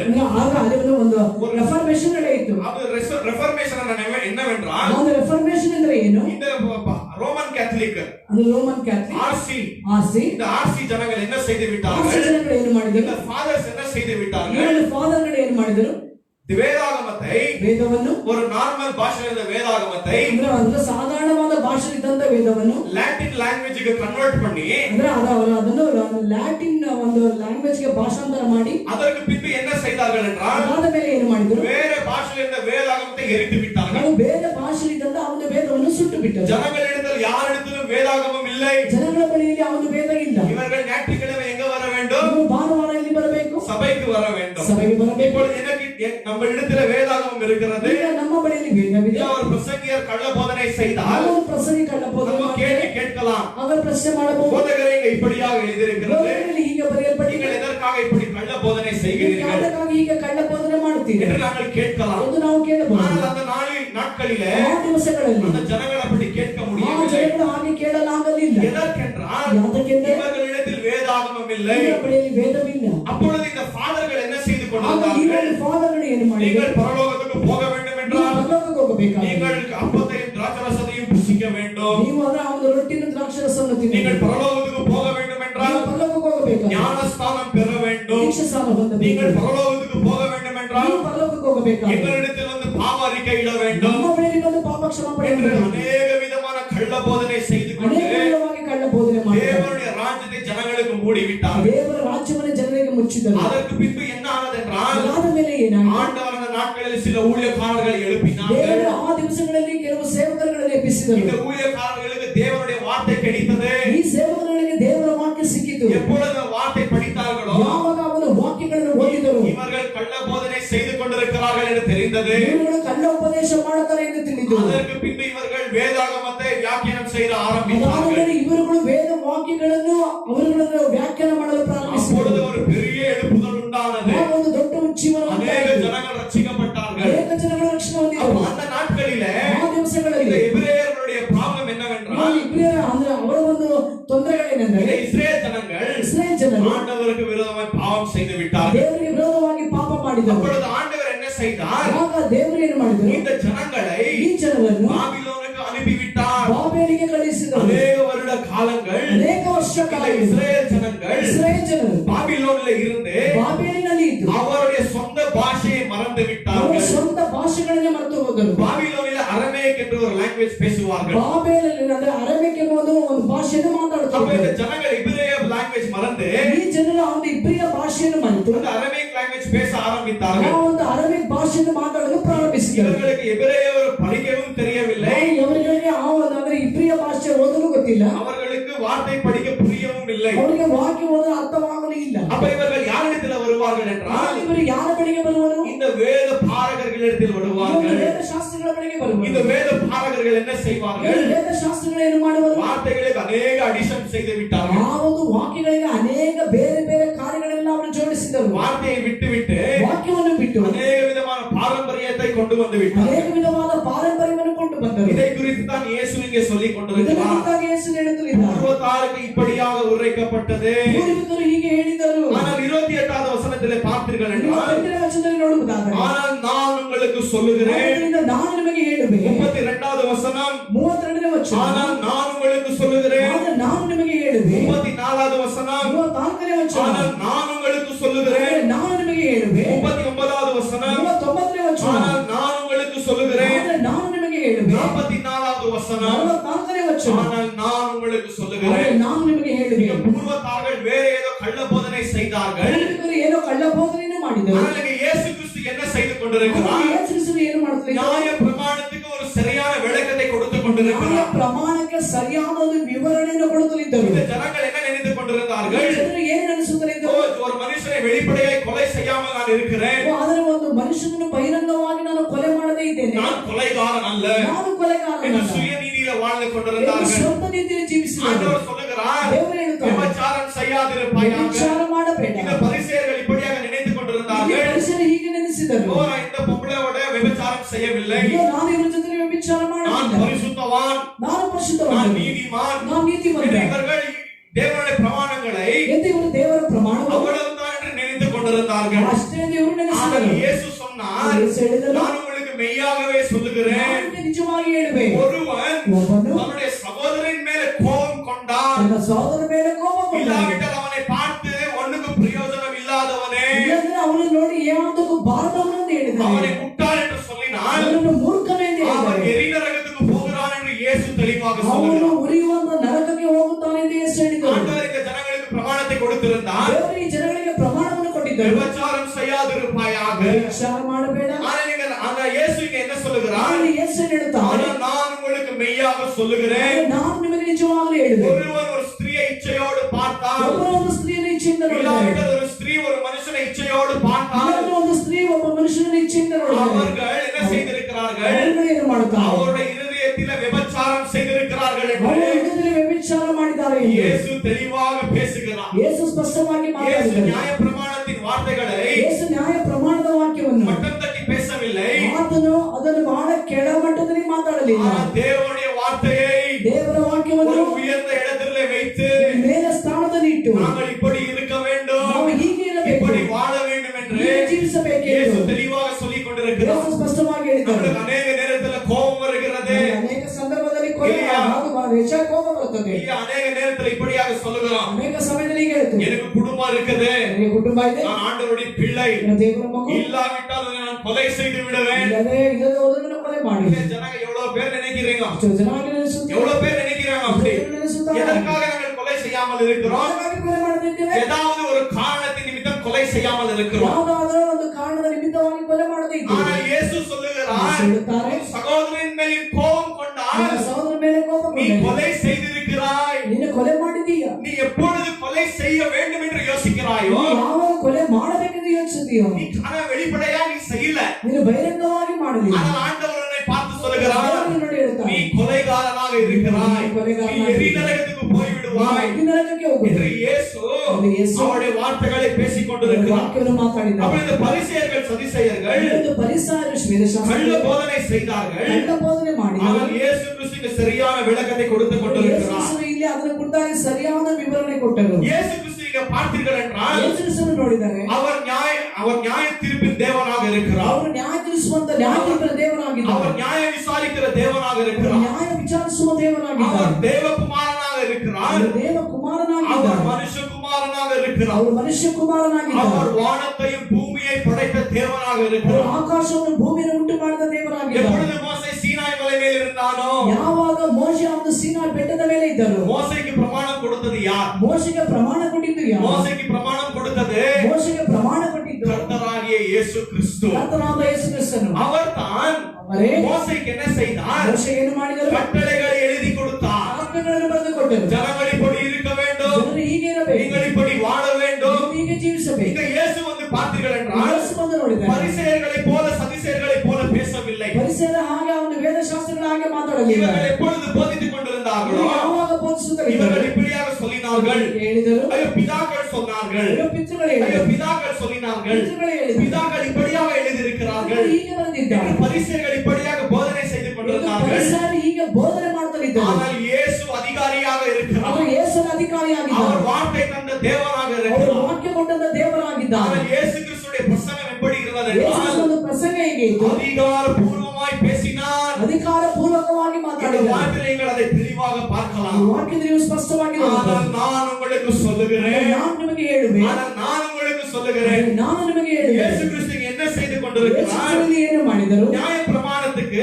ನ್ಯಾಯ ಪ್ರಮಾಣಕ್ಕೆ ஒரு சரியான விளக்கத்தை கொடுத்து ಒಂದು கொண்டிருக்கிறார். ಸರಿಯಾಗಿ ವಿವರಣೆಯನ್ನು ಕೊಟ್ಟರು. ஏனென்றால் ಏನೆಂದರೆ இந்த நியாய பிரமாணம் யாராலே வந்தது? ನ್ಯಾಯ ಪ್ರಮಾಣ ಯಾರಿಂದ ಬಂದಿದೆ? யார் மூலியமாய் வந்தது? ಯಾರ ಮೂಲಕವಾಗಿ ಬಂದಿದೆ? இயேசு கிறிஸ்துவின் மூலியமாய் வந்தது. ಯೇಸು ಕ್ರಿಸ್ತನ ಮೂಲಕ ಬಂದಿದೆ. சத்தியம் இயேசு கிறிஸ்துவின் மூலியமாய் வந்தது. ಸತ್ಯವು ಯೇಸು ಕ್ರಿಸ್ತನ ಮೂಲಕ அப்போ ಬಂದಿದೆ. இயேசு இங்க என்ன செய்து கொண்டிருக்கிறார்? ಯೇಸು ಇಲ್ಲಿ ಏನು அந்த ಮಾಡುತ್ತಿದ್ದಾರೆ? பிரமாணங்களுக்கு ಆ ಪ್ರಮಾಣಕ್ಕೆ வியாக்கியானங்களை கொடுத்து கொண்டிருக்கிறார். ಅದರಲ್ಲಿ ವ್ಯಾಖ್ಯಾನವನ್ನು ಕೊಟ್ಟರು. அங்க இயேசு இந்த ஜனங்களுக்கு என்ன சொல்லி கொண்டிருக்கிறார் ಯೇಸು என்றால், ಜನರಿಗೆ ಏನು ಹೇಳಲಿದ್ದರು? நான் தான் ನಾನೇ மோசேக்கு பிரமாணங்களை கொடுத்தது. ಮೋಶೆಗೆ ಪ್ರಮಾಣವನ್ನು ಕೊಟ್ಟಿದ್ದು. இந்த பிரமாணங்களை ಈ ಪ್ರಮಾಣವನ್ನು வியாக்கியானம் செய்வதற்கு ವ್ಯಾಖ್ಯಾನ ಮಾಡುವುದಕ್ಕೆ எனக்கு அதிகாரம் உண்டு. ನನಗೆ ಅಧಿಕಾರ ಉಂಟು. இருக்கிறார். ಯೇಸು ದೇವರಾಗಿದ್ದಾನೆ. அவர் ஆண்டவராய் இருக்கிற ಅವರು காரணத்தினாலே ದೇವರಾಗಿರುವ ಕಾರಣದಿಂದ வார்த்தைகளுக்கு அவர் சரியான விளக்கத்தை கொடுத்து ವಾಕ್ಯಕ್ಕೆ கொண்டிருக்கிறார். ಅವರು ಸರಿಯಾಗಿ ವ್ಯಾಖ್ಯಾನವನ್ನು ಹೇಳಿದರು. இயேசு கிறிஸ்து ஏதோ புதிய பிரமாணங்களை கொடுக்க வரவில்லை. ಯೇಸು ಯಾವುದೊಂದು ಹೊಸ ಪ್ರಮಾಣವನ್ನು ಕೊಡಲು ಬರಲಿಲ್ಲ. புதிய பிரமாணங்களை ஸ்தாபிக்க வரவில்லை. ಹೊಸ ಪ್ರಮಾಣವನ್ನು ಸ್ಥಾಪಿಸಲು ಬರಲಿಲ್ಲ. ஆனா அவர் ஆதியில தந்த பிரமாணங்களை என்ன செய்து கொண்டிருக்கிறார்? ಅವರು ಆದಿಯಲ್ಲಿ ಕೊಟ್ಟಿದ್ದ ಪ್ರಮಾಣವನ್ನು ಏನು அந்த ಮಾಡಿದರು? பிரமாணங்களுக்கு சரியான விளக்கத்தை கொடுத்து ಅವರ கொண்டிருக்கிறார். ಪ್ರಮಾಣಗಳನ್ನು ಸರಿಯಾಗಿ ವಿವರಿಸಿ ಹೇಳಿದರು. கர்த்தருடைய நாமத்துக்கு மகிமை உண்டாகுவதாக. ಕರ್ತನ ನಾಮಕ್ಕೆ ಮಹಿಮೆ ಉಂಟಾಗಲಿ. நாங்கள் இன்றைக்கு எந்த காலத்தில் இருக்கிறோம் என்றால், ನಾವು ಇಂದು ಯಾವ ಕಾಲದಲ್ಲಿ ಇದ್ದೇವೆ? எப்படிப்பட்ட காலத்தில் வாழ்ந்து கொண்டிருக்கிறோம் ಯಾವ என்றால், ರೀತಿಯಾದ ಕಾಲದಲ್ಲಿ ಇದ್ದೇವೆ? ஜனங்கள் ஒரு மனுஷனை எப்படி சோதிக்கிறார்கள்? ಜನರು ಒಂದು ಮನುಷ್ಯನನ್ನು ಹೇಗೆ ಶೋಧಿಸುತ್ತಾರೆ?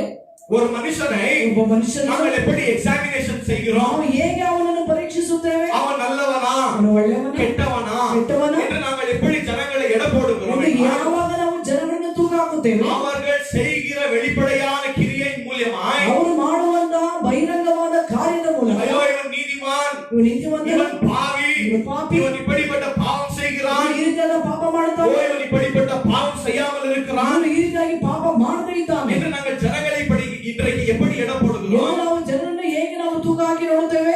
வெளிப்படையாக ಬಹಿರಂಗವಾಗಿ யாராவது வெள்ளை சாரியை கட்டி கொண்டு வந்து, ಯಾರಾದರೂ ಬಿಳಿಯ ವಸ್ತ್ರವನ್ನು ಹಾಕಿ, யாரு நகை இல்லாம ಯಾರು ಬಂಗಾರ ಹಾಕಿ, ஒரு பைபிள் இங்க பிடித்து கொண்டு ಒಂದು ಬೈಬಲ್ ಇಟ್ಟುಕೊಂಡು ஐயோ சபைக்கு வருகிற நேரத்திலே ಸಭೆಗೆ ಬರುವ ಸಮಯದಲ್ಲಿ இயேசுவே இயேசுவே என்று சொல்லிக் கொண்டு வருகிறார்கள். ಯೇಸುವೆ ಯೇಸುವೆ ಹೇಳಿ ಬರ್ತಾರೆ. இங்கே ஜனங்கள் பார்த்து என்ன செய்வார்கள்? ಜನಗಳು ನೋಡಿ ಹೇಳುತ್ತಾರೆ, ஐயோ ಅಯ್ಯೋ அவளோட சிஸ்டர் எவ்வளவு பரிசுத்தவான், ಅಯ್ಯೋ ಆ ಸಹೋದರ ಎಷ್ಟು ಪರಿಶುದ್ಧ, எப்பொழுதுமே வேதம் வாசிக்கிறார்கள். ಯಾವಾಗಲೂ ವೇದ ಓದುತ್ತಾರೆ. ஐயோ ஆலயத்துக்கு வருகிற நேரத்தில் ஜெபித்துக் கொண்டே ಅಯ್ಯೋ, வருகிறார்கள். ಆಲಯಕ್ಕೆ ಬರುವ ಸಮಯದಲ್ಲಿ ಅವರು ಪ್ರಾರ್ಥಿಸುತ್ತಲೇ ಬರ್ತಾರೆ. இனாமதி பரிசுத்தமான ஸ்திரீ என்று ನಾವು நாங்கள் சொல்லுவோம். ಪರಿಶುದ್ಧವಾದ ಸ್ತ್ರೀ ಎಂದು ஆனால் ಹೇಳುತ್ತಾರೆ. அந்த ஸ்திரீயை போல கேடுகெட்ட ஸ்திரீ வேற யாருமே ಆದರೆ இல்லை. ಅವರ ಹಾಗೆ ಬಹಳ ಕೇಳಿ ತುಂಬಿದವರು ಯಾರು ಇರುವುದಿಲ್ಲ. ஏனென்றால் ಯಾಕೆಂದರೆ மனுஷனோ ಮನುಷ್ಯನು வெளிப்பிரகாரத்தை பார்க்கிறான், ಬಹಿರಂಗವಾಗಿ ನೋಡುತ್ತಾನೆ. ஆனால் ஆண்டவரோ தேவனோ இருதயத்தை பார்க்கிற தேவனாக இருக்கிறார். ನೋಡುವಂತ ದೇವರಾಗಿದ್ದಾನೆ. இன்றைக்கு நான் நீங்கள் என்ன நினைத்துக் கொள்கிறோம்? ನಾವು ನೀವು ಏನು ஓ, ನೆನೆಸುತ್ತೇವೆ? நான் சிகரெட் பிடிக்காமல் இருக்கிறேன், ನಾನು ಸಿಗರೆಟ್ ஓ ಕುಡಿಯುತ್ತೇನೆ, நான் ட்ரிங்க்ஸ் பண்றது இல்ல பிரதர், ನಾನು ಕುಡಿಯುತ್ತಿಲ್ಲ நான் ಸ್ವಾಮಿ, எந்த கெட்ட வேலை செய்யறது இல்ல, ಯಾವ ಕೆಟ್ಟ ಕೆಲಸ நான் ಮಾಡಲ್ಲ, பான் பராக் போடுறது இல்ல, ನಾನು ಪಾನ್ ಪರಾಗ நான் அதை ಹಾಕಲ್ಲ, செய்யறது இல்ல. ಅದನ್ನು ಮಾಡುವುದಿಲ್ಲ. இன்னும் எத்தனையோ ஸ்திரீகள் இன்றைக்கு குடிக்கிறார்கள், ಎಷ್ಟೋ ಸ್ತ್ರೀಯರು ಕುಡಿಯುತ್ತಾರೆ, எத்தனையோ அசித்தமான காரியங்களை செய்கிறார்கள். ಅಸಹ್ಯವಾದ ಕಾರ್ಯ ಮಾಡುತ್ತಾರೆ. இன்றைக்கு ஜனங்களை எப்படி பார்க்கிறார்கள் என்றால், ಜನರು ಹೇಗೆ ನೋಡುತ್ತಾರೆ? இல்லை, அவன் குடிக்கிறான், ಅವನು ಕುಡಿಯುತ್ತಾನೆ, அவன் பெரிய கேடுகெட்ட பிரதான பாவி ಅವನು ದೊಡ್ಡ ಪಾಪಿ ಆಗಿದ್ದಾನೆ. என்று ஜனங்கள் என்ன செய்து ಜನರು விடுகிறார்கள்? ಏನು ಮಾಡುತ್ತಾರೆ? எடை போட்டு விடுகிறார்கள். ಅವರನ್ನು இந்த ನ್ಯಾಯತೀರಿಸುತ್ತಾರೆ. இன்னொரு மனுஷன் ಒಬ್ಬ ಮನುಷ್ಯ குடிக்க மாட்டான், ಕುಡಿಯುವುದಿಲ್ಲ, ஆனா அவனுக்குள்ள பொறாமை, ಅವನ ಹೊಟ್ಟೆ ಕಿಚ್ಚು, கோபம், ಕೋಪ, எரிச்சல், ಉರಿ, இச்சை, ಇಚ್ಛೆ, இந்த மாதிரி அசுத்தமான பாவங்கள் இருக்கும். ಶುದ್ಧವಾದ ಪಾಪ அது ಇರ್ತದೆ. நம்ம கண்ணுக்கு தெரியுதா? ಅದು ನಮ್ಮ ಕಣ್ಣಿಗೆ அது நம்ம ಗೊತ್ತಾಗುವುದಿಲ್ಲ. கண்ணுக்கு தெரியுது இல்ல. ಅದು ನಮ್ಮ ஆனா இந்த ಕಣ್ಣಿಗೆ பிரதர் என்ன செய்கிறார்? குடிக்கிறார். ಈ ಸಹೋದರ ಕುಡಿಯುತ್ತಾರೆ. அப்ப நம்ம வெளிப்பிரகாரம் என்ன செய்கிறோம்? ನಾವು ಬಹಿರಂಗವಾಗಿ ಏನು ಮಾಡುತ್ತೇವೆ? ஐயோ இந்த பிரதர் பயங்கரமான பாவி, ಅಯ್ಯೋ, ಭಯಂಕರವಾದ ಪಾಪಿ, இவன் குடிக்கிறான். ಕುಡಿಯುತ್ತಾರೆ. ஐயோ, இந்த சகோதரன் பாருங்கள், ಈ ಸಹೋದರನು ನೋಡಿ சபைக்கு வருகிறார், ಸಭೆಗೆ ಬರುತ್ತಾರೆ, வார்த்தையை தியானிக்கிறார்கள், ವಾಕ್ಯ ಧ್ಯಾನಿಸುತ್ತಾರೆ, ஊழியம் செய்கிறார்கள், ಸೇವೆ ಮಾಡುತ್ತಾರೆ, இவர்கள் குடிக்கவில்லை, ಇವರು ಕುಡಿಯುವುದಿಲ್ಲ, இவன் பரிசுத்தவான் என்று ಇವರು நினைக்கிறோம். ಪರಿಶುದ್ಧ ಎಂದು ಹೇಳ್ಕೊಳ್ಳುತ್ತಾರೆ. ஆனா இந்த குடிகாரனோட அந்த பிரதருக்குள்ள பயங்கரமான பாவம் இருக்கு. ಆದರೆ ಈ ಒಂದು ಆದರೆ ಈ ಒಂದು ಕುಡಿಕನಲ್ಲ, ಆ ಒಂದು ಸಹೋದರ ಬಳಿ ಹೆಚ್ಚಾಗಿ ಪಾಪವಿರುತ್ತದೆ. கர்த்தருடைய நாமத்துக்கு மகிமை உண்டாகுவதாக. ಮಹಿಮೆ ಉಂಟಾಗಲಿ. அப்பொழுது ಆಗ நாங்கள் என்ன நினைத்துக் கொள்கிறோம்? ಏನು ಅನಿಸುತ್ತೇವೆ? ஓ, இவர்கள் வேதம் வாசிக்கிறார்கள், ವೇದ ಓದುತ್ತಾರೆ, ஜெபிக்கிறார்கள், ಪ್ರಾರ್ಥಿಸುತ್ತಾರೆ, ஊழியத்திலே ஊழியம் செய்கிறார்கள், ಸೇವೆ ಮಾಡುತ್ತಾರೆ, ஒரு ஞாயிற்றுக்கிழமை சபைக்கு வருகிறார்கள். ಭಾನುವಾರ ಸಭೆಗೆ ஓ, ಬರುತ್ತಾರೆ, இவர்கள் உத்தமமான ஜனங்கள், ಉತ್ತಮವಾದವರು, இவர்கள் பரிசுத்தமான ஜனங்கள் ಪರಿಶುದ್ಧವಾದವರು என்று ஜனங்கள் நினைத்துக் ಎಂದು கொண்டிருக்கிறார்கள். ಜನರು ನೆನೆಸುತ್ತಾರೆ. அப்படிப்பட்ட வாழ்க்கை அநேக பேர் வெளிப்படையாக இருக்கிற நீதியினால வாழ்ந்து ಆ கொண்டிருக்கிறோம். ರೀತಿಯಾಗಿ ಬಹಿರಂಗವಾದ ನೀತಿಯಲ್ಲಿ ಅನೇಕರು ಜೀವಿಸುತ್ತಾರೆ. ஆனால் இந்த காலை வேளையில உங்களுடைய இருதயம் எப்படி ಈ ಬೆಳಗಿನ இருக்கிறது? ಸಮಯದಲ್ಲಿ ನಿಮ್ಮ ಹೃದಯಗಳು ಹೇಗಿದೆ? ஆண்டவர் உங்களுடைய இருதயத்தை பார்க்கிற தேவனாக ದೇವರ இருக்கிறார். ಹೃದಯವನ್ನು ನೋಡುವಂತ ದೇವರಾಗಿದ್ದಾರೆ. உங்களுடைய இருதயம் ஆண்டவருக்கு முன்பாக எப்படி ನಿಮ್ಮ இருக்கிறது? ಹೃದಯ ದೇವರ ಮುಂಭಾಗ ಹೇಗಿದೆ? நீங்கள் வெளிப்படையாக ನೀವು ಬಹಿರಂಗವಾಗಿ பாவம் செய்யாமல் இருக்கலாம், ಪಾಪ ಮಾಡದೇ ಇರಬಹುದು. ஆனால் உங்களுடைய இருதயம் எப்படி ನಿಮ್ಮ இருக்கிறது? ಹೃದಯ ಹೇಗೆ? ஆண்டவர் இருதயத்தை சோதிக்கிற தேவனாக ದೇವರು இருக்கிறார். ಹೃದಯವನ್ನು ಶೋಧಿಸುವ 1 ದೇವರಾಗಿದ್ದಾರೆ. சாமுவேல் 16வது அதிகாரம் 1 ಸಮುವೇಲ 16 7வது வசனம். 7ನೇ ವಚನ. அப்பொழுது ஆண்டவர் சாமுவேலை பார்த்து சொல்லுகிறார், ಅವರಲ್ಲಿ ಸಮುವೇಲನ ನೋಡಿ ಹೇಳ್ತಾರೆ, சாமுவேலே, ಸಮುವೇಲನೇ வெளிப்படையாக ಬಹಿರಂಗವಾಗಿ பார்த்து ನೋಡಿ நீ நியாயம் தீர்க்காதே. ನೀವು ನ್ಯಾಯ ತೀರಿಸಬೇಡ. ஆண்டவர் ದೇವರು மனுஷன் பார்ப்பதை போல பார்க்க மாட்டார். ಮನುಷ್ಯನು ನೋಡುವಂತ ರೀತಿಯಲ್ಲಿ ನೋಡುವುದಿಲ್ಲ. மனுஷனோ வெளியே பார்க்கிறான், ಅಂದ್ರೆ ಮನುಷ್ಯನು ಹೊರಗಿನ ನೋಟವನ್ನು ನೋಡುತ್ತಾನೆ. ஆனால் ஆண்டவரோ ದೇವರು இருதயத்தை பார்க்கிற தேவனாக ಹೃದಯವನ್ನು இருக்கிறார். ನೋಡುವಂತ ದೇವರಾಗಿದ್ದಾರೆ. அவர் இருதயத்தை சோதிக்கிற தேவனாக இருக்கிறார். ಹೃದಯವನ್ನು ಶೋಧಿಸುವ ದೇವರಾಗಿದ್ದಾರೆ. இன்றைக்கு நாங்கள் என்ன நினைக்கிறோம்? ನಾವೇನು ಅನ್ಕೊಳ್ಳುತ್ತೇವೆ? வெளிப்படையாக ವಿರುದ್ಧವಾಗಿ ಕೆಲವು ಕಾರ್ಯ ಮಾಡ್ತೇವೆ. ஜெபிக்கிறோம், வேதத்தை வாசிக்கிறோம், ಪ್ರಾರ್ಥಿಸುತ್ತೇವೆ, ವೇದ ಓದುತ್ತೇವೆ, காணிக்கைகளை தசமபாகங்களை கொடுக்கிறோம், ಕಾಣಿಕೆ ದಶಮ ಭಾಗ ಕೊಡುತ್ತೇವೆ, இன்னும் அநேக காரியங்களை செய்கிறோம். ಇನ್ನು ಅನೇಕ ಕಾರ್ಯ ಮಾಡುತ್ತೇವೆ. நாங்கள் என்ன நினைத்துக் கொள்கிறோம்? ಏನಂದುಕೊಳ್ಳುತ್ತೇವೆ? நம்ம சாட்டிஸ்ஃபேக்ஷனாக இருப்போம். ನಾವು ತೃಪ್ತಿ ಆಗಿರುತ್ತೇವೆ. பரவாயில்ல, ಪರವಾಗಿಲ್ಲ, நான் ஆண்டவருக்கு பிரியமா ನಾವು தான் ದೇವರಿಗೆ ಪ್ರಿಯವಾಗಿ ஐயோ ನಡೆಯುತ್ತೇವೆ. பரவாயில்ல, ಪರವಾಗಿಲ್ಲ, நான் ஜெபிக்கிறேன், ಪ್ರಾರ್ಥಿಸುತ್ತೇವೆ. ஐயோ நான் வேதத்தை வாசித்துக் ನಾನು கொண்டிருக்கிறேன், ವೇದ ಓದುತ್ತಲಿದ್ದೇವೆ. ஐயோ சர்ச்சில் எப்போ மீட்டிங் இருக்குதோ மீட்டிங்களுக்கு வருகிறேன், ಸಭೆಯಲ್ಲಿ ಯಾವ ಕೂಟ ಇದೆ ಕೂಟಕ್ಕೆಲ್ಲ ಬರುತ್ತೆ. ஐயோ பாஸ்டர் எந்த ஜெபத்துக்கு வர சொல்லுகிறாரோ அப்போ வருகிறேன், ಹಾಗೂ ಬೋಧಕರು ಯಾವ ಪ್ರಾರ್ಥನೆಗೆ ಬಂದಿರುತ್ತೋ ಅದಕ್ಕೆಲ್ಲ ಬರುತ್ತೆ. ஓ நான் ஜனங்களுக்கு சுவிசேஷத்தை சொல்லிக் ನಾನು கொண்டிருக்கிறேன் ಜನರಿಗೆ ಸುವಾರ್ತೆ ಹೇಳುತ್ತಲಿದ್ದೇನೆ என்று ஜனங்கள் நினைக்கலாம். ನಾನು ಜನರು ನೆನೆಸಬಹುದು. ஆனால் உங்களுடைய இருதயத்தில் என்ன இருக்கிறது என்று ನಿಮ್ಮೊಳದಲ್ಲಿ ಏನಿದೆ? ஆண்டவர் சோதித்து பார்க்கிற தேவனாக இருக்கிறார். ದೇವರು ಶೋಧಿಸುವ ದೇವರಾಗಿದೆ. ஆண்டவருக்கு தேவனுக்கு உங்களுடைய இருதயத்தில் என்ன இருக்கிறது முக்கியம். ನಿಮ್ಮ ಹೃದಯದಲ್ಲಿ ಏನಿದೆ ಎಂಬುದು ಮುಖ್ಯ. முதலாவது உள்ளான காரியங்கள் எப்படி இருக்கிறது, ನಮ್ಮ ಒಳಗಿನ ಕಾರ್ಯಗಳು ಹೇಗೆ ಇದೆ? இரண்டாவது வெளிப்படையான காரியம். ಎರಡನೇದಾಗಿ ಬಹಿರಂಗವಾದ ஆனா ಕಾರ್ಯ. நாங்க நிறைய எதை ஃபோக்கஸ் செய்கிறோம்? ನಾವು ಯಾವುದನ್ನು ಹೆಚ್ಚಾಗಿ ನೋಡುತ್ತೇವೆ? வெளிப்பிரகாரமான காரியங்களை நிறைய ஃபோக்கஸ் செய்கிறோம். ಒಳಗಿನ ಕಾರ್ಯಗಳು ಹೆಚ್ಚಾಗಿ ನೋಡುತ್ತೇವೆ. ஆனா நம்மளுடைய இருதயம் எப்படி இருக்கிறது? ನಮ್ಮ ಹೃದಯ ಹೇಗೆ ಇದೆ? ஆண்டவர் தேவரும் இருதயத்தை ஆராய்ந்து பார்க்கிற தேவனாக ದೇವರನ್ನು இருக்கிறார். ಶೋಧಿಸಿ ನೋಡುವ ದೇವರಾಗಿದ್ದಾರೆ. God is concerned with our hearts. ದೇವರು ನಮ್ಮ ಹೃದಯವನ್ನು ಕುರಿತಾಗಿ ಶೋಧಿಸುವವರಾಗಿದ್ದಾರೆ. நம்மளுடைய இருதயம் எப்படி இருக்கிறது என்று ನಮ್ಮ ಹೃದಯ ಹೇಗೆ ಇದೆ? ஆண்டவர் சோதிக்கிற தேவனாக இருக்கிறார். ದೇವರು ಶೋಧಿಸುವ ದೇವರಾಗಿದ್ದಾರೆ. ஒன்று ராஜாக்கள் ಒಂದು ರಾಜ 8வது அதிகாரம் 8ನೇ ಅಧ್ಯಾಯ 39வது வசனத்திலே 39ನೇ ವಚನ. ஆண்டவர் இப்படியாக சொல்லுகிறார். ದೇವರು ಹೀಗೆ ಹೇಳುತ್ತಾನೆ, ஆண்டவர் ದೇವರು எல்லா மனுஷர்களுடைய வழிகளை அறிந்து ಎಲ್ಲಾ ಮನುಷ್ಯರ ದಾರಿಗಳನ್ನು ತಿಳಿದು அவருடைய இருதயத்தை அறிந்து ಅವರ ಹೃದಯವನ್ನು ತಿಳಿದು அவர் என்ன செய்கிறார்? ಏನು ಮಾಡುತ್ತಾನೆ? அவர் மட்டும்தான் மனுஷனுடைய இருதயத்தை அறிகிற தேவனாக ಅವರು இருக்கிறார். ಮಾತ್ರವೇ ಮನುಷ್ಯನ ಹೃದಯವನ್ನು ತಿಳಿಯುವಂತಹ ದೇವರಾಗಿದ್ದಾರೆ. உங்களை பார்த்த உடனேயே ನಿಮ್ಮ ನೋಡಿದ ಕೂಡ உங்களுடைய இருதயத்தில் என்ன இருக்கிறது என்று எனக்கு தெரியாது. ನಿಮ್ಮ ಹೃದಯದಲ್ಲಿ ಏನಿದೆ ಎಂದು ನನಗೆ ಗೊತ್ತಿಲ್ಲ. நீங்கள் வெளிப்பிரகாரமாய் ನೀವು ಬಹಿರಂಗವಾಗಿ இங்கே நம்மளை பார்த்து நன்றாக பேசலாம். ಆದರೆ ಹೊರಗಿನ ಪ್ರಕಾರವಾಗಿ ನಮ್ಮ ನೋಡಿ ಚೆನ್ನಾಗಿ ಮಾತಾಡಬಹುದು. ஆனா உங்க இருதயத்துக்குள்ளேயோ ನಿಮ್ಮ ಹೃದಯದೊಳಗೂ கோபம் எரிச்சல் இருக்கலாம். ಕೋಪ ಉರಿ இங்கே ಇರಬಹುದು. வெளிப்பிரகாரமா என்ன செய்கிறோம்? ಆದರೆ ಹೊರಗಿನ ನೋಟದಲ್ಲಿ ಏನು ಮಾಡುತ್ತೇವೆ? பிரதர் சிஸ்டர் ಸಹೋದರರೇ, நல்லா இருக்கீங்களா? ಚೆನ್ನಾಗಿದ್ದೀರಾ? ஐயா, வீட்டுக்கு வாங்க. ಮನೆಗೆ ಬನ್ನಿ. ஆனா உள்ளவோ ಅದರ ಒಳಗೂ இவன் எதற்காக வீட்டுக்கு வந்தான், ಇನ್ನು ಅದಕ್ಕಾಗಿ இவன் எப்ப போறானோ, ಯಾವಾಗ ಹೋಗ್ತಾನೋ ஐயோ ಅಯ್ಯೋ என்று என்ன செய்வோம்? ಏನ್ ಮಾಡ್ತೇವೆ? நினைப்போம். ನೆನೆಸುತ್ತೇವೆ. ஆனா அந்த மனுஷனுக்கு உங்களுடைய இருதயத்தில் என்ன இருக்கிறது தெரிகிறதா? ಆ ಮನುಷ್ಯನಿಗೆ ನಿಮ್ಮ ಹೃದಯದಲ್ಲಿ ಏನಿದೆ ಎಂದು ಗೊತ್ತಾ? இல்ல, ஆனால் ஆண்டவரோ ಅವನ ದೇವರು இருதயத்தை ஆராய்ந்து பார்க்கிற தேவனாக ಹೃದಯವನ್ನು இருக்கிறார். ಶೋಧಿಸಿ ನೋಡುವ நீங்க ದೇವರಾಗಿದ್ದಾರೆ. ஆண்டவருக்கு எந்த காரியம் சொல்றதே அவசியமே ನೀವು இல்லை. ಯಾವ ಕಾರ್ಯಗಳನ್ನು ದೇವರಿಗೆ ಹೇಳಬೇಕಾದ ಅವಶ್ಯಕತೆ ಇಲ್ಲ. உங்களுடைய இருதயத்தில் எப்படிப்பட்ட பாவங்கள் இருக்கிறது, ನಿಮ್ಮ ಹೃದಯದಲ್ಲಿ ಯಾವ ರೀತಿಯಾದ ಪಾಪಗಳಿದೆ, எப்படிப்பட்ட கேடுகட்ட குணாதிசயங்கள் இருக்கிறது, ಯಾವ ರೀತಿಯಾದ ಕೇಡು ತುಂಬಿದ ಗುಣಾತಿಶಯವಿದೆ, எப்படிப்பட்ட அசிங்கமான பாவங்கள் உங்களுக்குள்ள இருக்கிறது என்று ಯಾವ ರೀತಿಯಾದ ಅಶುದ್ಧವಾದ ಪಾಪಗಳು ನಿಮ್ಮೊಳಗೆ ಇದೆ ಎಂದು ஆண்டவர் அறிகிற தேவனாக இருக்கிறார். ದೇವರು ತಿಳಿಯುವ ದೇವರಾಗಿದ್ದಾರೆ. எரேமியா 17 ಇರಮಿಯ 17 9 10வது வசனம். 9ರಿಂದ 10. மனுஷனுடைய இருதயமோ ಮನುಷ್ಯನ ಹೃದಯವು மகா கேடுள்ள இருதயமாக ಬಹಳ இருக்கிறது. ಕೇಡು ತುಂಬಿದ ಹೃದಯ. அதை யாரால புரிந்து கொள்ள முடியும்? ಅದನ್ನು ಯಾರು ಅರ್ಥ ಮಾಡಿಕೊಳ್ಳಲು அப்போது ಸಾಧ್ಯ? 10வது வசனத்தில் ஆண்டவர் சொல்லுகிறார், ವಚನದಲ್ಲಿ ದೇವರು ಹೇಳ್ತಾರೆ, நான் ஆண்டவராகிய நான் ದೇವರಾಗಿರುವ ನಾನು இருதயத்தை ஆராய்ந்து ಹೃದಯವನ್ನು ಶೋಧಿಸಿ அவருடைய மனதை சோதித்து ಅವರ ಹೃದಯಗಳನ್ನು ಶೋಧಿಸಿ எல்லா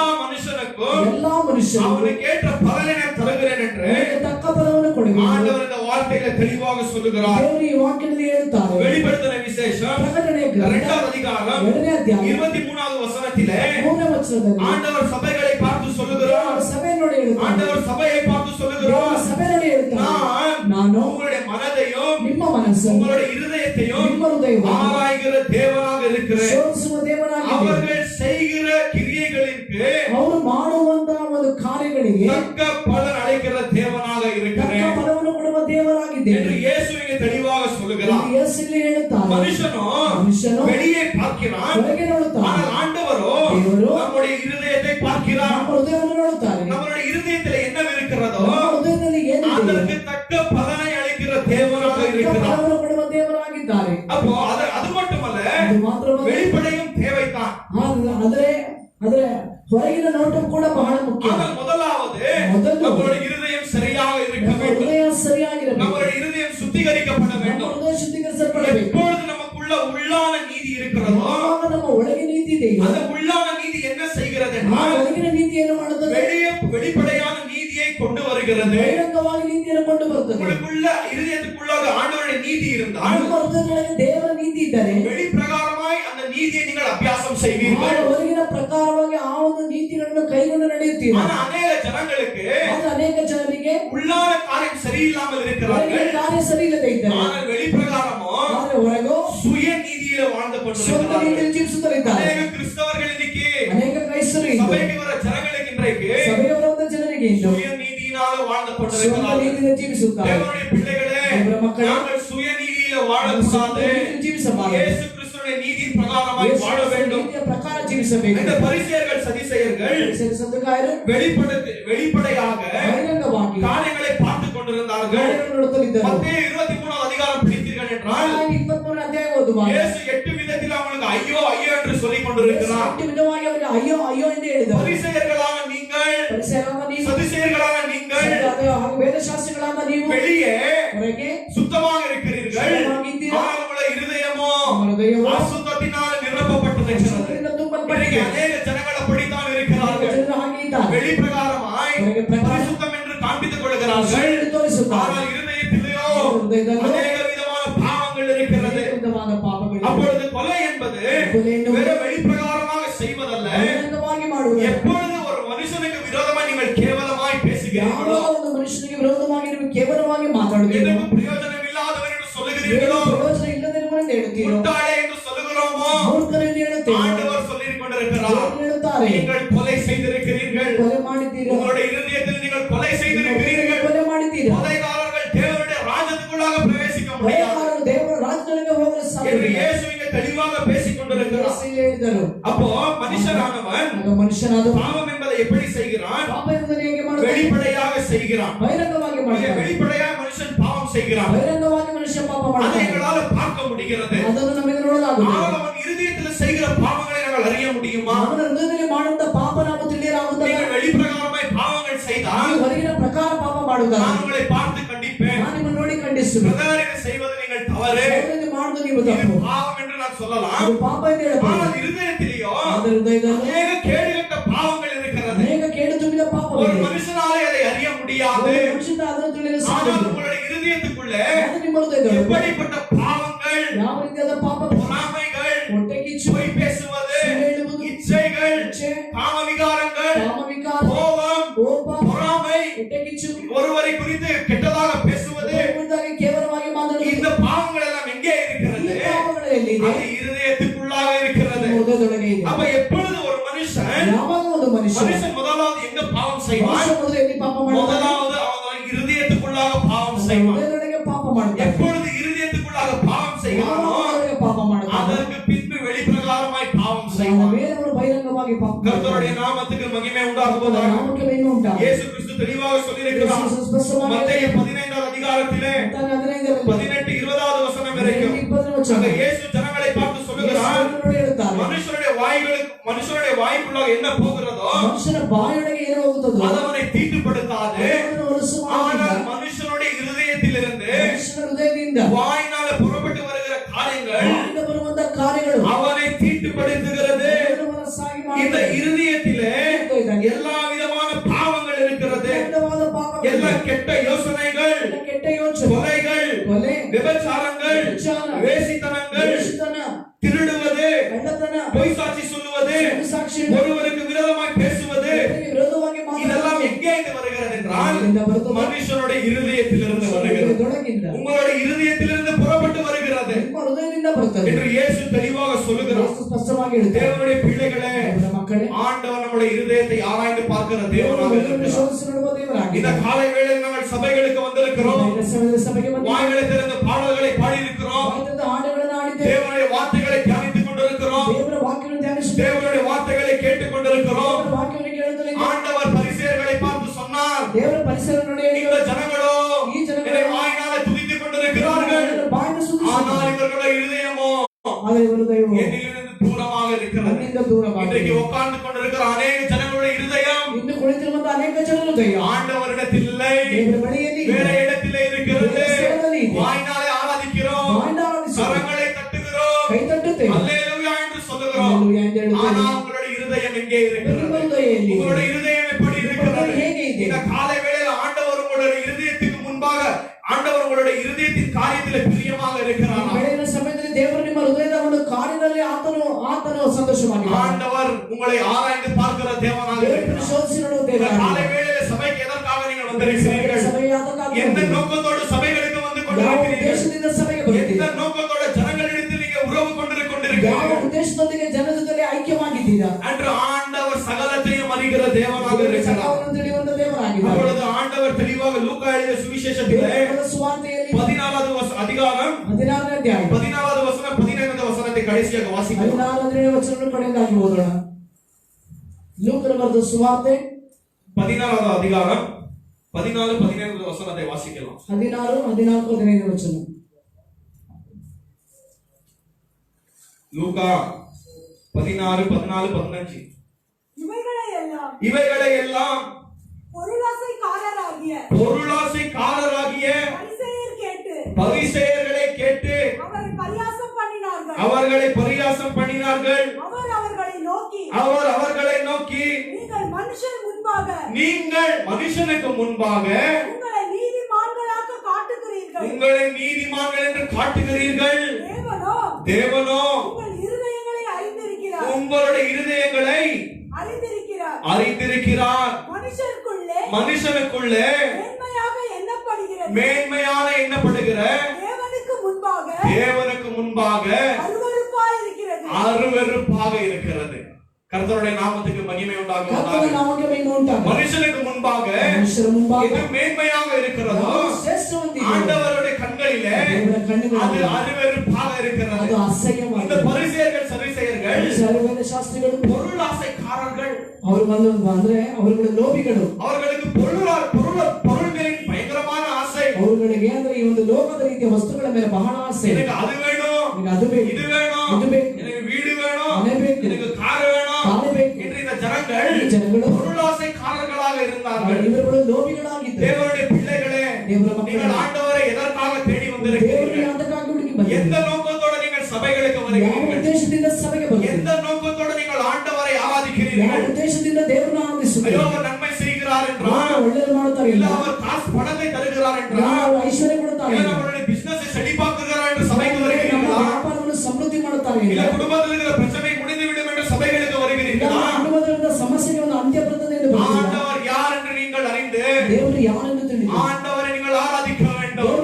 ದೇವರನ್ನು ನೀವು ಆರಾಧಿಸಬೇಕು. அவர் ரட்சிப்பின் தேவனாக இருக்கிறார். ರಕ್ಷಣೆಯ ದೇವರು. அவர் ரட்சிப்பு நம்மளுக்கு இலவசமாக தந்திருக்கிறார். ರಕ್ಷಣೆ ನಮಗೆ ಉಚಿತವಾಗಿ ಕೊಟ್ಟಿದ್ದಾರೆ. எதற்காக நாங்கள் ஆண்டவரை ஆராதிக்கிறோம்? ಯಾತಕ್ಕಾಗಿ ದೇವರನ್ನು இயேசு ಆರಾಧಿಸುತ್ತೇವೆ? கிறிஸ்து நமக்காக அடிகள் ಯೇಸು பட்டு, ಕ್ರಿಸ್ತು ನಮಗಾಗಿ நமக்காக பாடுகள் பட்டார், ನಮಗಾಗಿ ಕಷ್ಟಪಟ್ಟು அவமானம் பட்டார், ಅವಮಾನ ಹೊಂದಿ அநேக விதமான நிந்தைகளின் மத்தியில போனார். ಅನೇಕ ವಿಧವಾದ ನಿಂದನೆಗಳ ಮಧ್ಯದಲ್ಲಿ ಹೋದರು. நம்முடைய ரட்சிப்பிற்காக இயேசு கிறிஸ்து சிலுவையில் ನಮ್ಮ தொங்கினார். ರಕ್ಷಣೆಗಾಗಿ ಯೇಸು ಶಿಲುಬೆಯಲ್ಲಿ ತೂಗಾಡಿದರು. அதற்காக மட்டும் தான் நீங்கள் இயேசு கிறிஸ்துவிடத்தில் வர வேண்டும். ಅದಕ್ಕಾಗಿ ಮಾತ್ರವೇ ಯೇಸುವಿನ ಬಳಿಗೆ ஐயோ, ಬರಬೇಕು. இயேசு எனக்காக மீட்படைத்தார், ಯೇಸು ನನಗಾಗಿ ವಿಮೋಚನೆಗಾಗಿ என்னுடைய மீட்பைக்காக இயேசு மரித்தார், ನನ್ನ ವಿಮೋಚನೆಗಾಗಿ ಯೇಸು ಮರಣ ಹೊಂದಿದರು. நான் அவரிடத்தில் சேர வேண்டும் என்று ನಾನು ಅವರ ಬಳಿಗೆ ಸೇರಬೇಕು. இயேசு எனக்காக அடிக்கப்பட்டார் ಯೇಸು ನನಗಾಗಿ என்று ಹೊಡೆಯಲ್ಪಟ್ಟರು. நான் நீங்கள் இயேசுவை தேடி வர ನಾನು வேண்டும். ಯೇಸುವನ್ನು ಹುಡುಕಿ தேவனுடைய பிள்ளைகளே, தேவனுடைய மக்களே, இந்த காலை வேளையிலே ಈ ಬೆಳಗಿನ ಸಮಯದಲ್ಲಿ உங்களுடைய இருதயம் எப்படி இருக்கிறது? ನಿಮ್ಮ ಹೃದಯ ಹೇಗಿದೆ? நீங்கள் வெளி பிரகாரமாய் ஜெபிக்கலாம், ಇದರ ಹೊರಗಿನ ಪ್ರಕಾರವಾಗಿ ಪ್ರಾರ್ಥಿಸಿ, வேதத்தை வாசிக்கலாம், ವೇದ ಓದಬಹುದು, ஜனங்களுக்கு முன்பாக சுயநீதியிலே வாழலாம். ಜನರಿಗೆ ಮುಂಭಾಗ ಸ್ವಂತ ರೀತಿಯಲ್ಲಿ ஆனால் ಜೀವಿಸಬಹುದು. ஆண்டவர் உங்களுடைய இருதயத்தை ஆராய்ந்து பார்க்கிற ದೇವರು தேவனாக இருக்கிறார். ಹೃದಯಗಳನ್ನು ಶೋಧಿಸಿ ನೋಡುವ உங்களுடைய ದೇವರಾಗಿದ್ದಾನೆ. இருதயத்துக்குள்ளாக என்ன இருக்கிறது என்று ஆண்டவர் அறிந்து ನಿಮ್ಮ கொண்டிருக்கிறார். ಹೃದಯದೊಳಗೆ ಏನಿದೆ ಎಂದು ದೇವರಿಗೆ ಗೊತ್ತು. உங்களுடைய பாவங்களை விட்டு மனம் ನಿಮ್ಮ திரும்புங்கள். ಪಾಪ ಬಿಟ್ಟು ಮನ ತಿರುಗಿ. வருகிற வாரத்தில் இந்த வார்த்தைகளை இன்னும் வியாக்கியானம் செய்.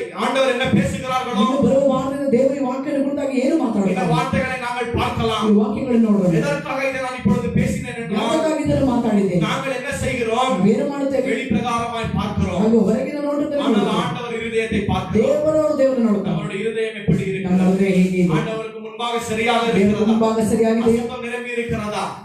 அசுத்தம் நிரம்பி இருக்கிறதா? ಅಶುದ್ಧ ತುಂಬಿದೆಯಾ? இயேசுவிடத்தில் வாருங்கள். ಯೇಸುವಿನ ಬಳಿಗೆ இயேசுவே, ಯೇಸುவே, என்னுடைய இருதயத்தை ನನ್ನ சுத்திகரியும். ಹೃದಯವನ್ನು ಶುದ್ಧೀಕರಿಸು. ஆண்டவரே, இந்த காலை வேளையில ಬೆಳಗಿನ ಸಮಯ என்னுடைய இருதயத்தை ನನ್ನ சுத்திகரியும். ಹೃದಯವನ್ನು ಶುದ್ಧೀಕರಿಸು. என்னுடைய இருதயத்தை சுத்தமாக்கும். ಹೃದಯವನ್ನು ಶುದ್ಧೀಕರಿಸು. ஆண்டவரே, உம்மை ஆவியிலும் உண்மையிலும் ஆராதிக்க வேண்டும். ಆತ್ಮದಲ್ಲಿ ಸತ್ಯದಲ್ಲಿ உம்மை நான் ಆರಾಧಿಸು. உண்மையாக வணங்க வேண்டும். ಉತ್ತಮವಾಗಿ ನಿಮ್ಮನ್ನು ಆರಾಧಿಸು. உமக்காக நான் உண்மையாக வாழ வேண்டும். ಉತ್ತಮವಾಗಿ ஆண்டவரே, ಜೀವಿಸು. இருதயத்துக்குள்ளாக இருக்கிற பாவத்தின் ನಿಮ್ಮಲ್ಲಿ நிமித்தம் ಇರುವಂತ ಪಾಪ நான் தீட்டறைந்திருக்கிறேன். ನಾನು ಅಶುದ್ಧಳಾಗಿದ್ದೇನೆ. ஆண்டவரே, என்னை ಯೇಸುವೇ, மன்னியும். ನನ್ನನ್ನು ಕ್ಷಮಿಸು. என்னை சுத்திகரியும். ನನ್ನನ್ನು ಶುದ್ಧೀಕರಿಸು. ஆவியானவரே, என்னை சுத்திகரியும். ದೇವರ ಆತ್ಮನ ಶುದ್ಧೀಕರಿಸು. ஏனென்றால் வார்த்தை சொல்லுகிறது, ವಾಕ್ಯ ಹೇಳುತ್ತದೆ, இருதயத்தில் சுத்தம் உள்ளவர்கள் ನೀವು பாக்கியவான்கள், ಶುದ್ಧವಾಗಿರುವ ಧನ್ಯರು. அவர்கள் தேவனை தரிசிப்பார்கள். ದೇವರನ್ನು ದರ್ಶಿಸುತ್ತಾರೆ. தேவனை பார்க்க வேண்டுமா? ದೇವರನ್ನು ನೋಡಬೇಕಾ? ராஜ்யத்துக்குள்ளாக பிரவேசிக்க ರಾಜ್ಯದಲ್ಲಿ வேண்டுமா? ಹೋಗಬೇಕಾ? இந்த இருதயம் சுத்தமாக இருக்க ಹೃದಯ வேண்டும். ಶುದ್ಧವಾಗಿರಬೇಕು. இது எங்களால் சுத்தப்படுத்திக் கொள்ள முடியாது. ನಮ್ಮನ್ನು ಶುದ್ಧೀಕರಿಸಲು ஆனால் ಸಾಧ್ಯ. இயேசுவிடத்தில் எப்பொழுது நாங்கள் போகிறோமோ, ಯೇಸುವಿನ ಬಳಿಗೆ ಯಾವಾಗ ಹೋಗುತ್ತೇವೆ? இயேசுவே, என்னுடைய இருதயத்தை சுத்திகரியும். சிவனின் ஹிருதயத்தை இந்த சுத்திகரிசு. காலை வேளையிலே இந்த சுத்திகரிசு. சமயத்தில் சுத்திகரிசு. ஒவ்வொரு நாளும் ஆண்டவர் இந்த இருதயத்தை சுத்திகரிக்க வேண்டும். எப்பொழுது ஆண்டவர் சுத்திகரிக்கிறாரோ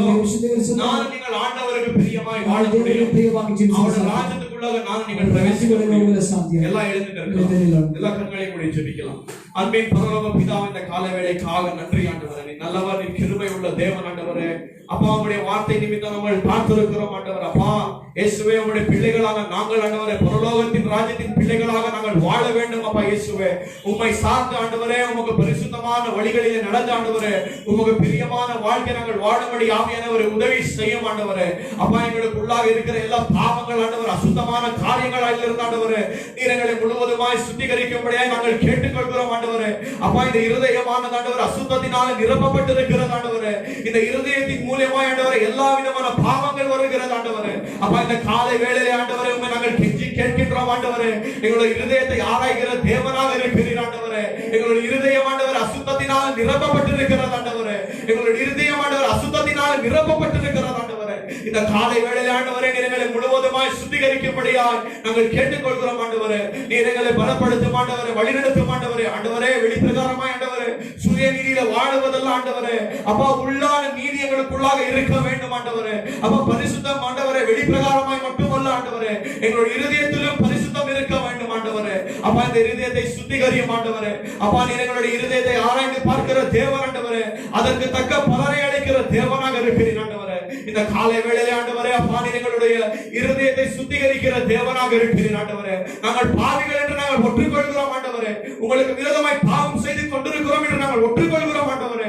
அப்பா இயேசுவே, பாவங்களை அறிக்கையிட்டு விட்டு விடுகிறவன் இரக்கம் பெறுவான் என்ற வார்த்தை சொல்லுகிறது ஆண்டவரே. அப்பா, இந்த காலை வேளையிலே ஆண்டவரே, அப்பா இயேசுவே, எங்களை முழுவதுமாய் சுத்திகரியும் ஆண்டவரே. வார்த்தைகளை தியானிக்க உதவி செய்யும் ஆண்டவரே, ஜெபிக்க உதவி செய்யும் ஆண்டவரே. அப்பா, பரிசேயர்களை போல சதிசேயர்களை போல அல்ல ஆண்டவரே. அப்பா இயேசுவே, எங்களுடைய நீதி அப்பா இயேசுவே அவர்களை காட்டிலும் ஆண்டவரே பெருக வேண்டும் ஆண்டவரே. அப்பா, எங்களுக்கு இடத்தில் ஆண்டவர் உங்களுடைய நீதி இருக்கிறது ஆண்டவரே. உங்களுடைய நீதி பிரகாரமாக நாங்கள் வாழும்படி உதவி செய்யும் ஆண்டவரே. நீர் எங்களை பலப்படுத்தும் ஆண்டவரே, ஜனங்களை வழிநடத்தும் ஆண்டவரே. அப்பா, ஆவிக்குரிய வாழ்க்கைக்கு இருக்கிற தடைகளை உடைத்து போடும் ஆண்டவரே. யார் யார் ஜெபிக்காமல் இருக்கிறார்களோ, வேதத்தை வாசிக்காமல் இருக்கிறார்கள் ஆண்டவரே, நீர் அவர்களை தொடும்படியாக கேட்டுக்கொள்கிறேன் ஆண்டவரே. அப்பா, இவர்கள் வசனத்தை தியானிக்கிற பிள்ளைகளாக மாறுபட வேண்டும் ஆண்டவரே. ஜெபிக்கிற பிள்ளைகளாக மாறுபட வேண்டும் ஆண்டவரே. இடைவிடாமல் ஜெபிக்க வேண்டும் ஆண்டவரே. வார்த்தையை தியானம் செய்ய வேண்டும் ஆண்டவரே. ஜனங்களை ஆளுகை செய்யும் ஆண்டவரே. நீர் வழிநடத்தும் ஆண்டவரே. குடும்பங்களை ஆளுகை செய்யும் ஆண்டவரே. ஜனங்கள் செய்கிற வேலைகளை நீர் ஆசீர்வதியும் ஆண்டவரே. படுகிற பிரயாசங்களை நீர் ஆசீர்வதியும் ஆண்டவரே. உங்களுடைய ராஜ்யத்திற்கு என்று ஆண்டவரே நீர் எங்களை ஆயத்தப்படுத்தும்படியா நாங்கள் கேட்டுக்கொள்கிறோம் ஆண்டவரே. அப்பா, போக்கில வரைக்கும் ஆசீர்வதியும். எல்லா கெட்டதிலிருந்து எல்லா தீமையிலிருந்து நீங்களாக்கி ரட்சித்து பாதுகாத்துக் கொள்ளும். அப்பா, மாபிசுகிற தொட்டி எண்ணெய் பாத்திரத்தை ஆசீர்வதியும் ஆண்டவரே. காணிக்கைகளை தசம பாகங்களை நீர் ஆசீர்வதியும் ஆண்டவரே. உம்முடைய பணத்தை ஆண்டவர் உமக்கே செலுத்துகிறார்கள் ஆண்டவரே. அப்பா, இவர்களை ஆசீர்வதித்து வழி நடத்தும் ஆண்டவரே. இதெல்லாம் சீக்கிரமாய் வருகிறேன் என்று சொன்னீரே ஆண்டவரே. வாரும் அப்பா என்று நாங்கள் அழைக்கிறோம் ஆண்டவரே. அப்பா இயேசுவே, நாங்கள் எப்பொழுதுமே விழித்திருந்து உங்களுடைய வருகைக்காக நாங்கள் ஆயத்தமாக இருக்க வேண்டும் ஆண்டவரே. அப்பா, இந்த உலகத்திலே இருந்தாலும் ஆண்டவரே, இந்த உலகத்துக்கு நாங்கள் சேர்ந்தவர்கள் அல்ல ஆண்டவரே. அப்பா இயேசுவே, பரலோகத்தின் ராஜ்யத்தின் பிள்ளைகளாக நாங்கள் வாழ வேண்டும் ஆண்டவரே. அப்பா, உங்களுடைய நீதியை நாங்கள் பெற்றுக் கொண்டிருக்கிறோம் ஆண்டவரே. உங்களுடைய நீதியின் பிரகாரமாய் வாழ உதவி செய்யும் அப்பா. இயேசுவின் நாமத்தில் ஜெபம் கேளும் நல்ல பிதாவே. என் ஆத்மாவே கர்த்தரை ஸ்தோத்திரி. என் முழுமே பரிசுத்த நாமத்தை ஸ்தோத்திரி. என் ஆத்மாவே கர்த்தரை ஸ்தோத்திரி. கர்த்தர் செய்த சகல உபகாரங்களை மறவாதே. பிதாவாகிய தேவனுடைய அன்பும் ஆண்டவராகிய இயேசு கிறிஸ்துவினுடைய ஐக்கியமும் பரிசுத்த ஆவியானவரின் வழிநடத்துதலும் பராமரிப்பும் இப்பொழுதும் எப்பொழுதும் தேவ வருகை மட்டும் உங்களோடு இருப்பதாக. ஆமென். கர்த்தர் உங்களை ஆசீர்வதிப்பாராக. எல்லாம் உட்கார்ந்து காணிக்கை பெட்டி பின்னால் இருக்குது. யார் யாரும் காணிக்கை போடணுமோ, தசமமாக போடணுமோ போட்டு ஒருத்தரா போங்க. யாரும் கீழே நின்று பேசாதீங்க.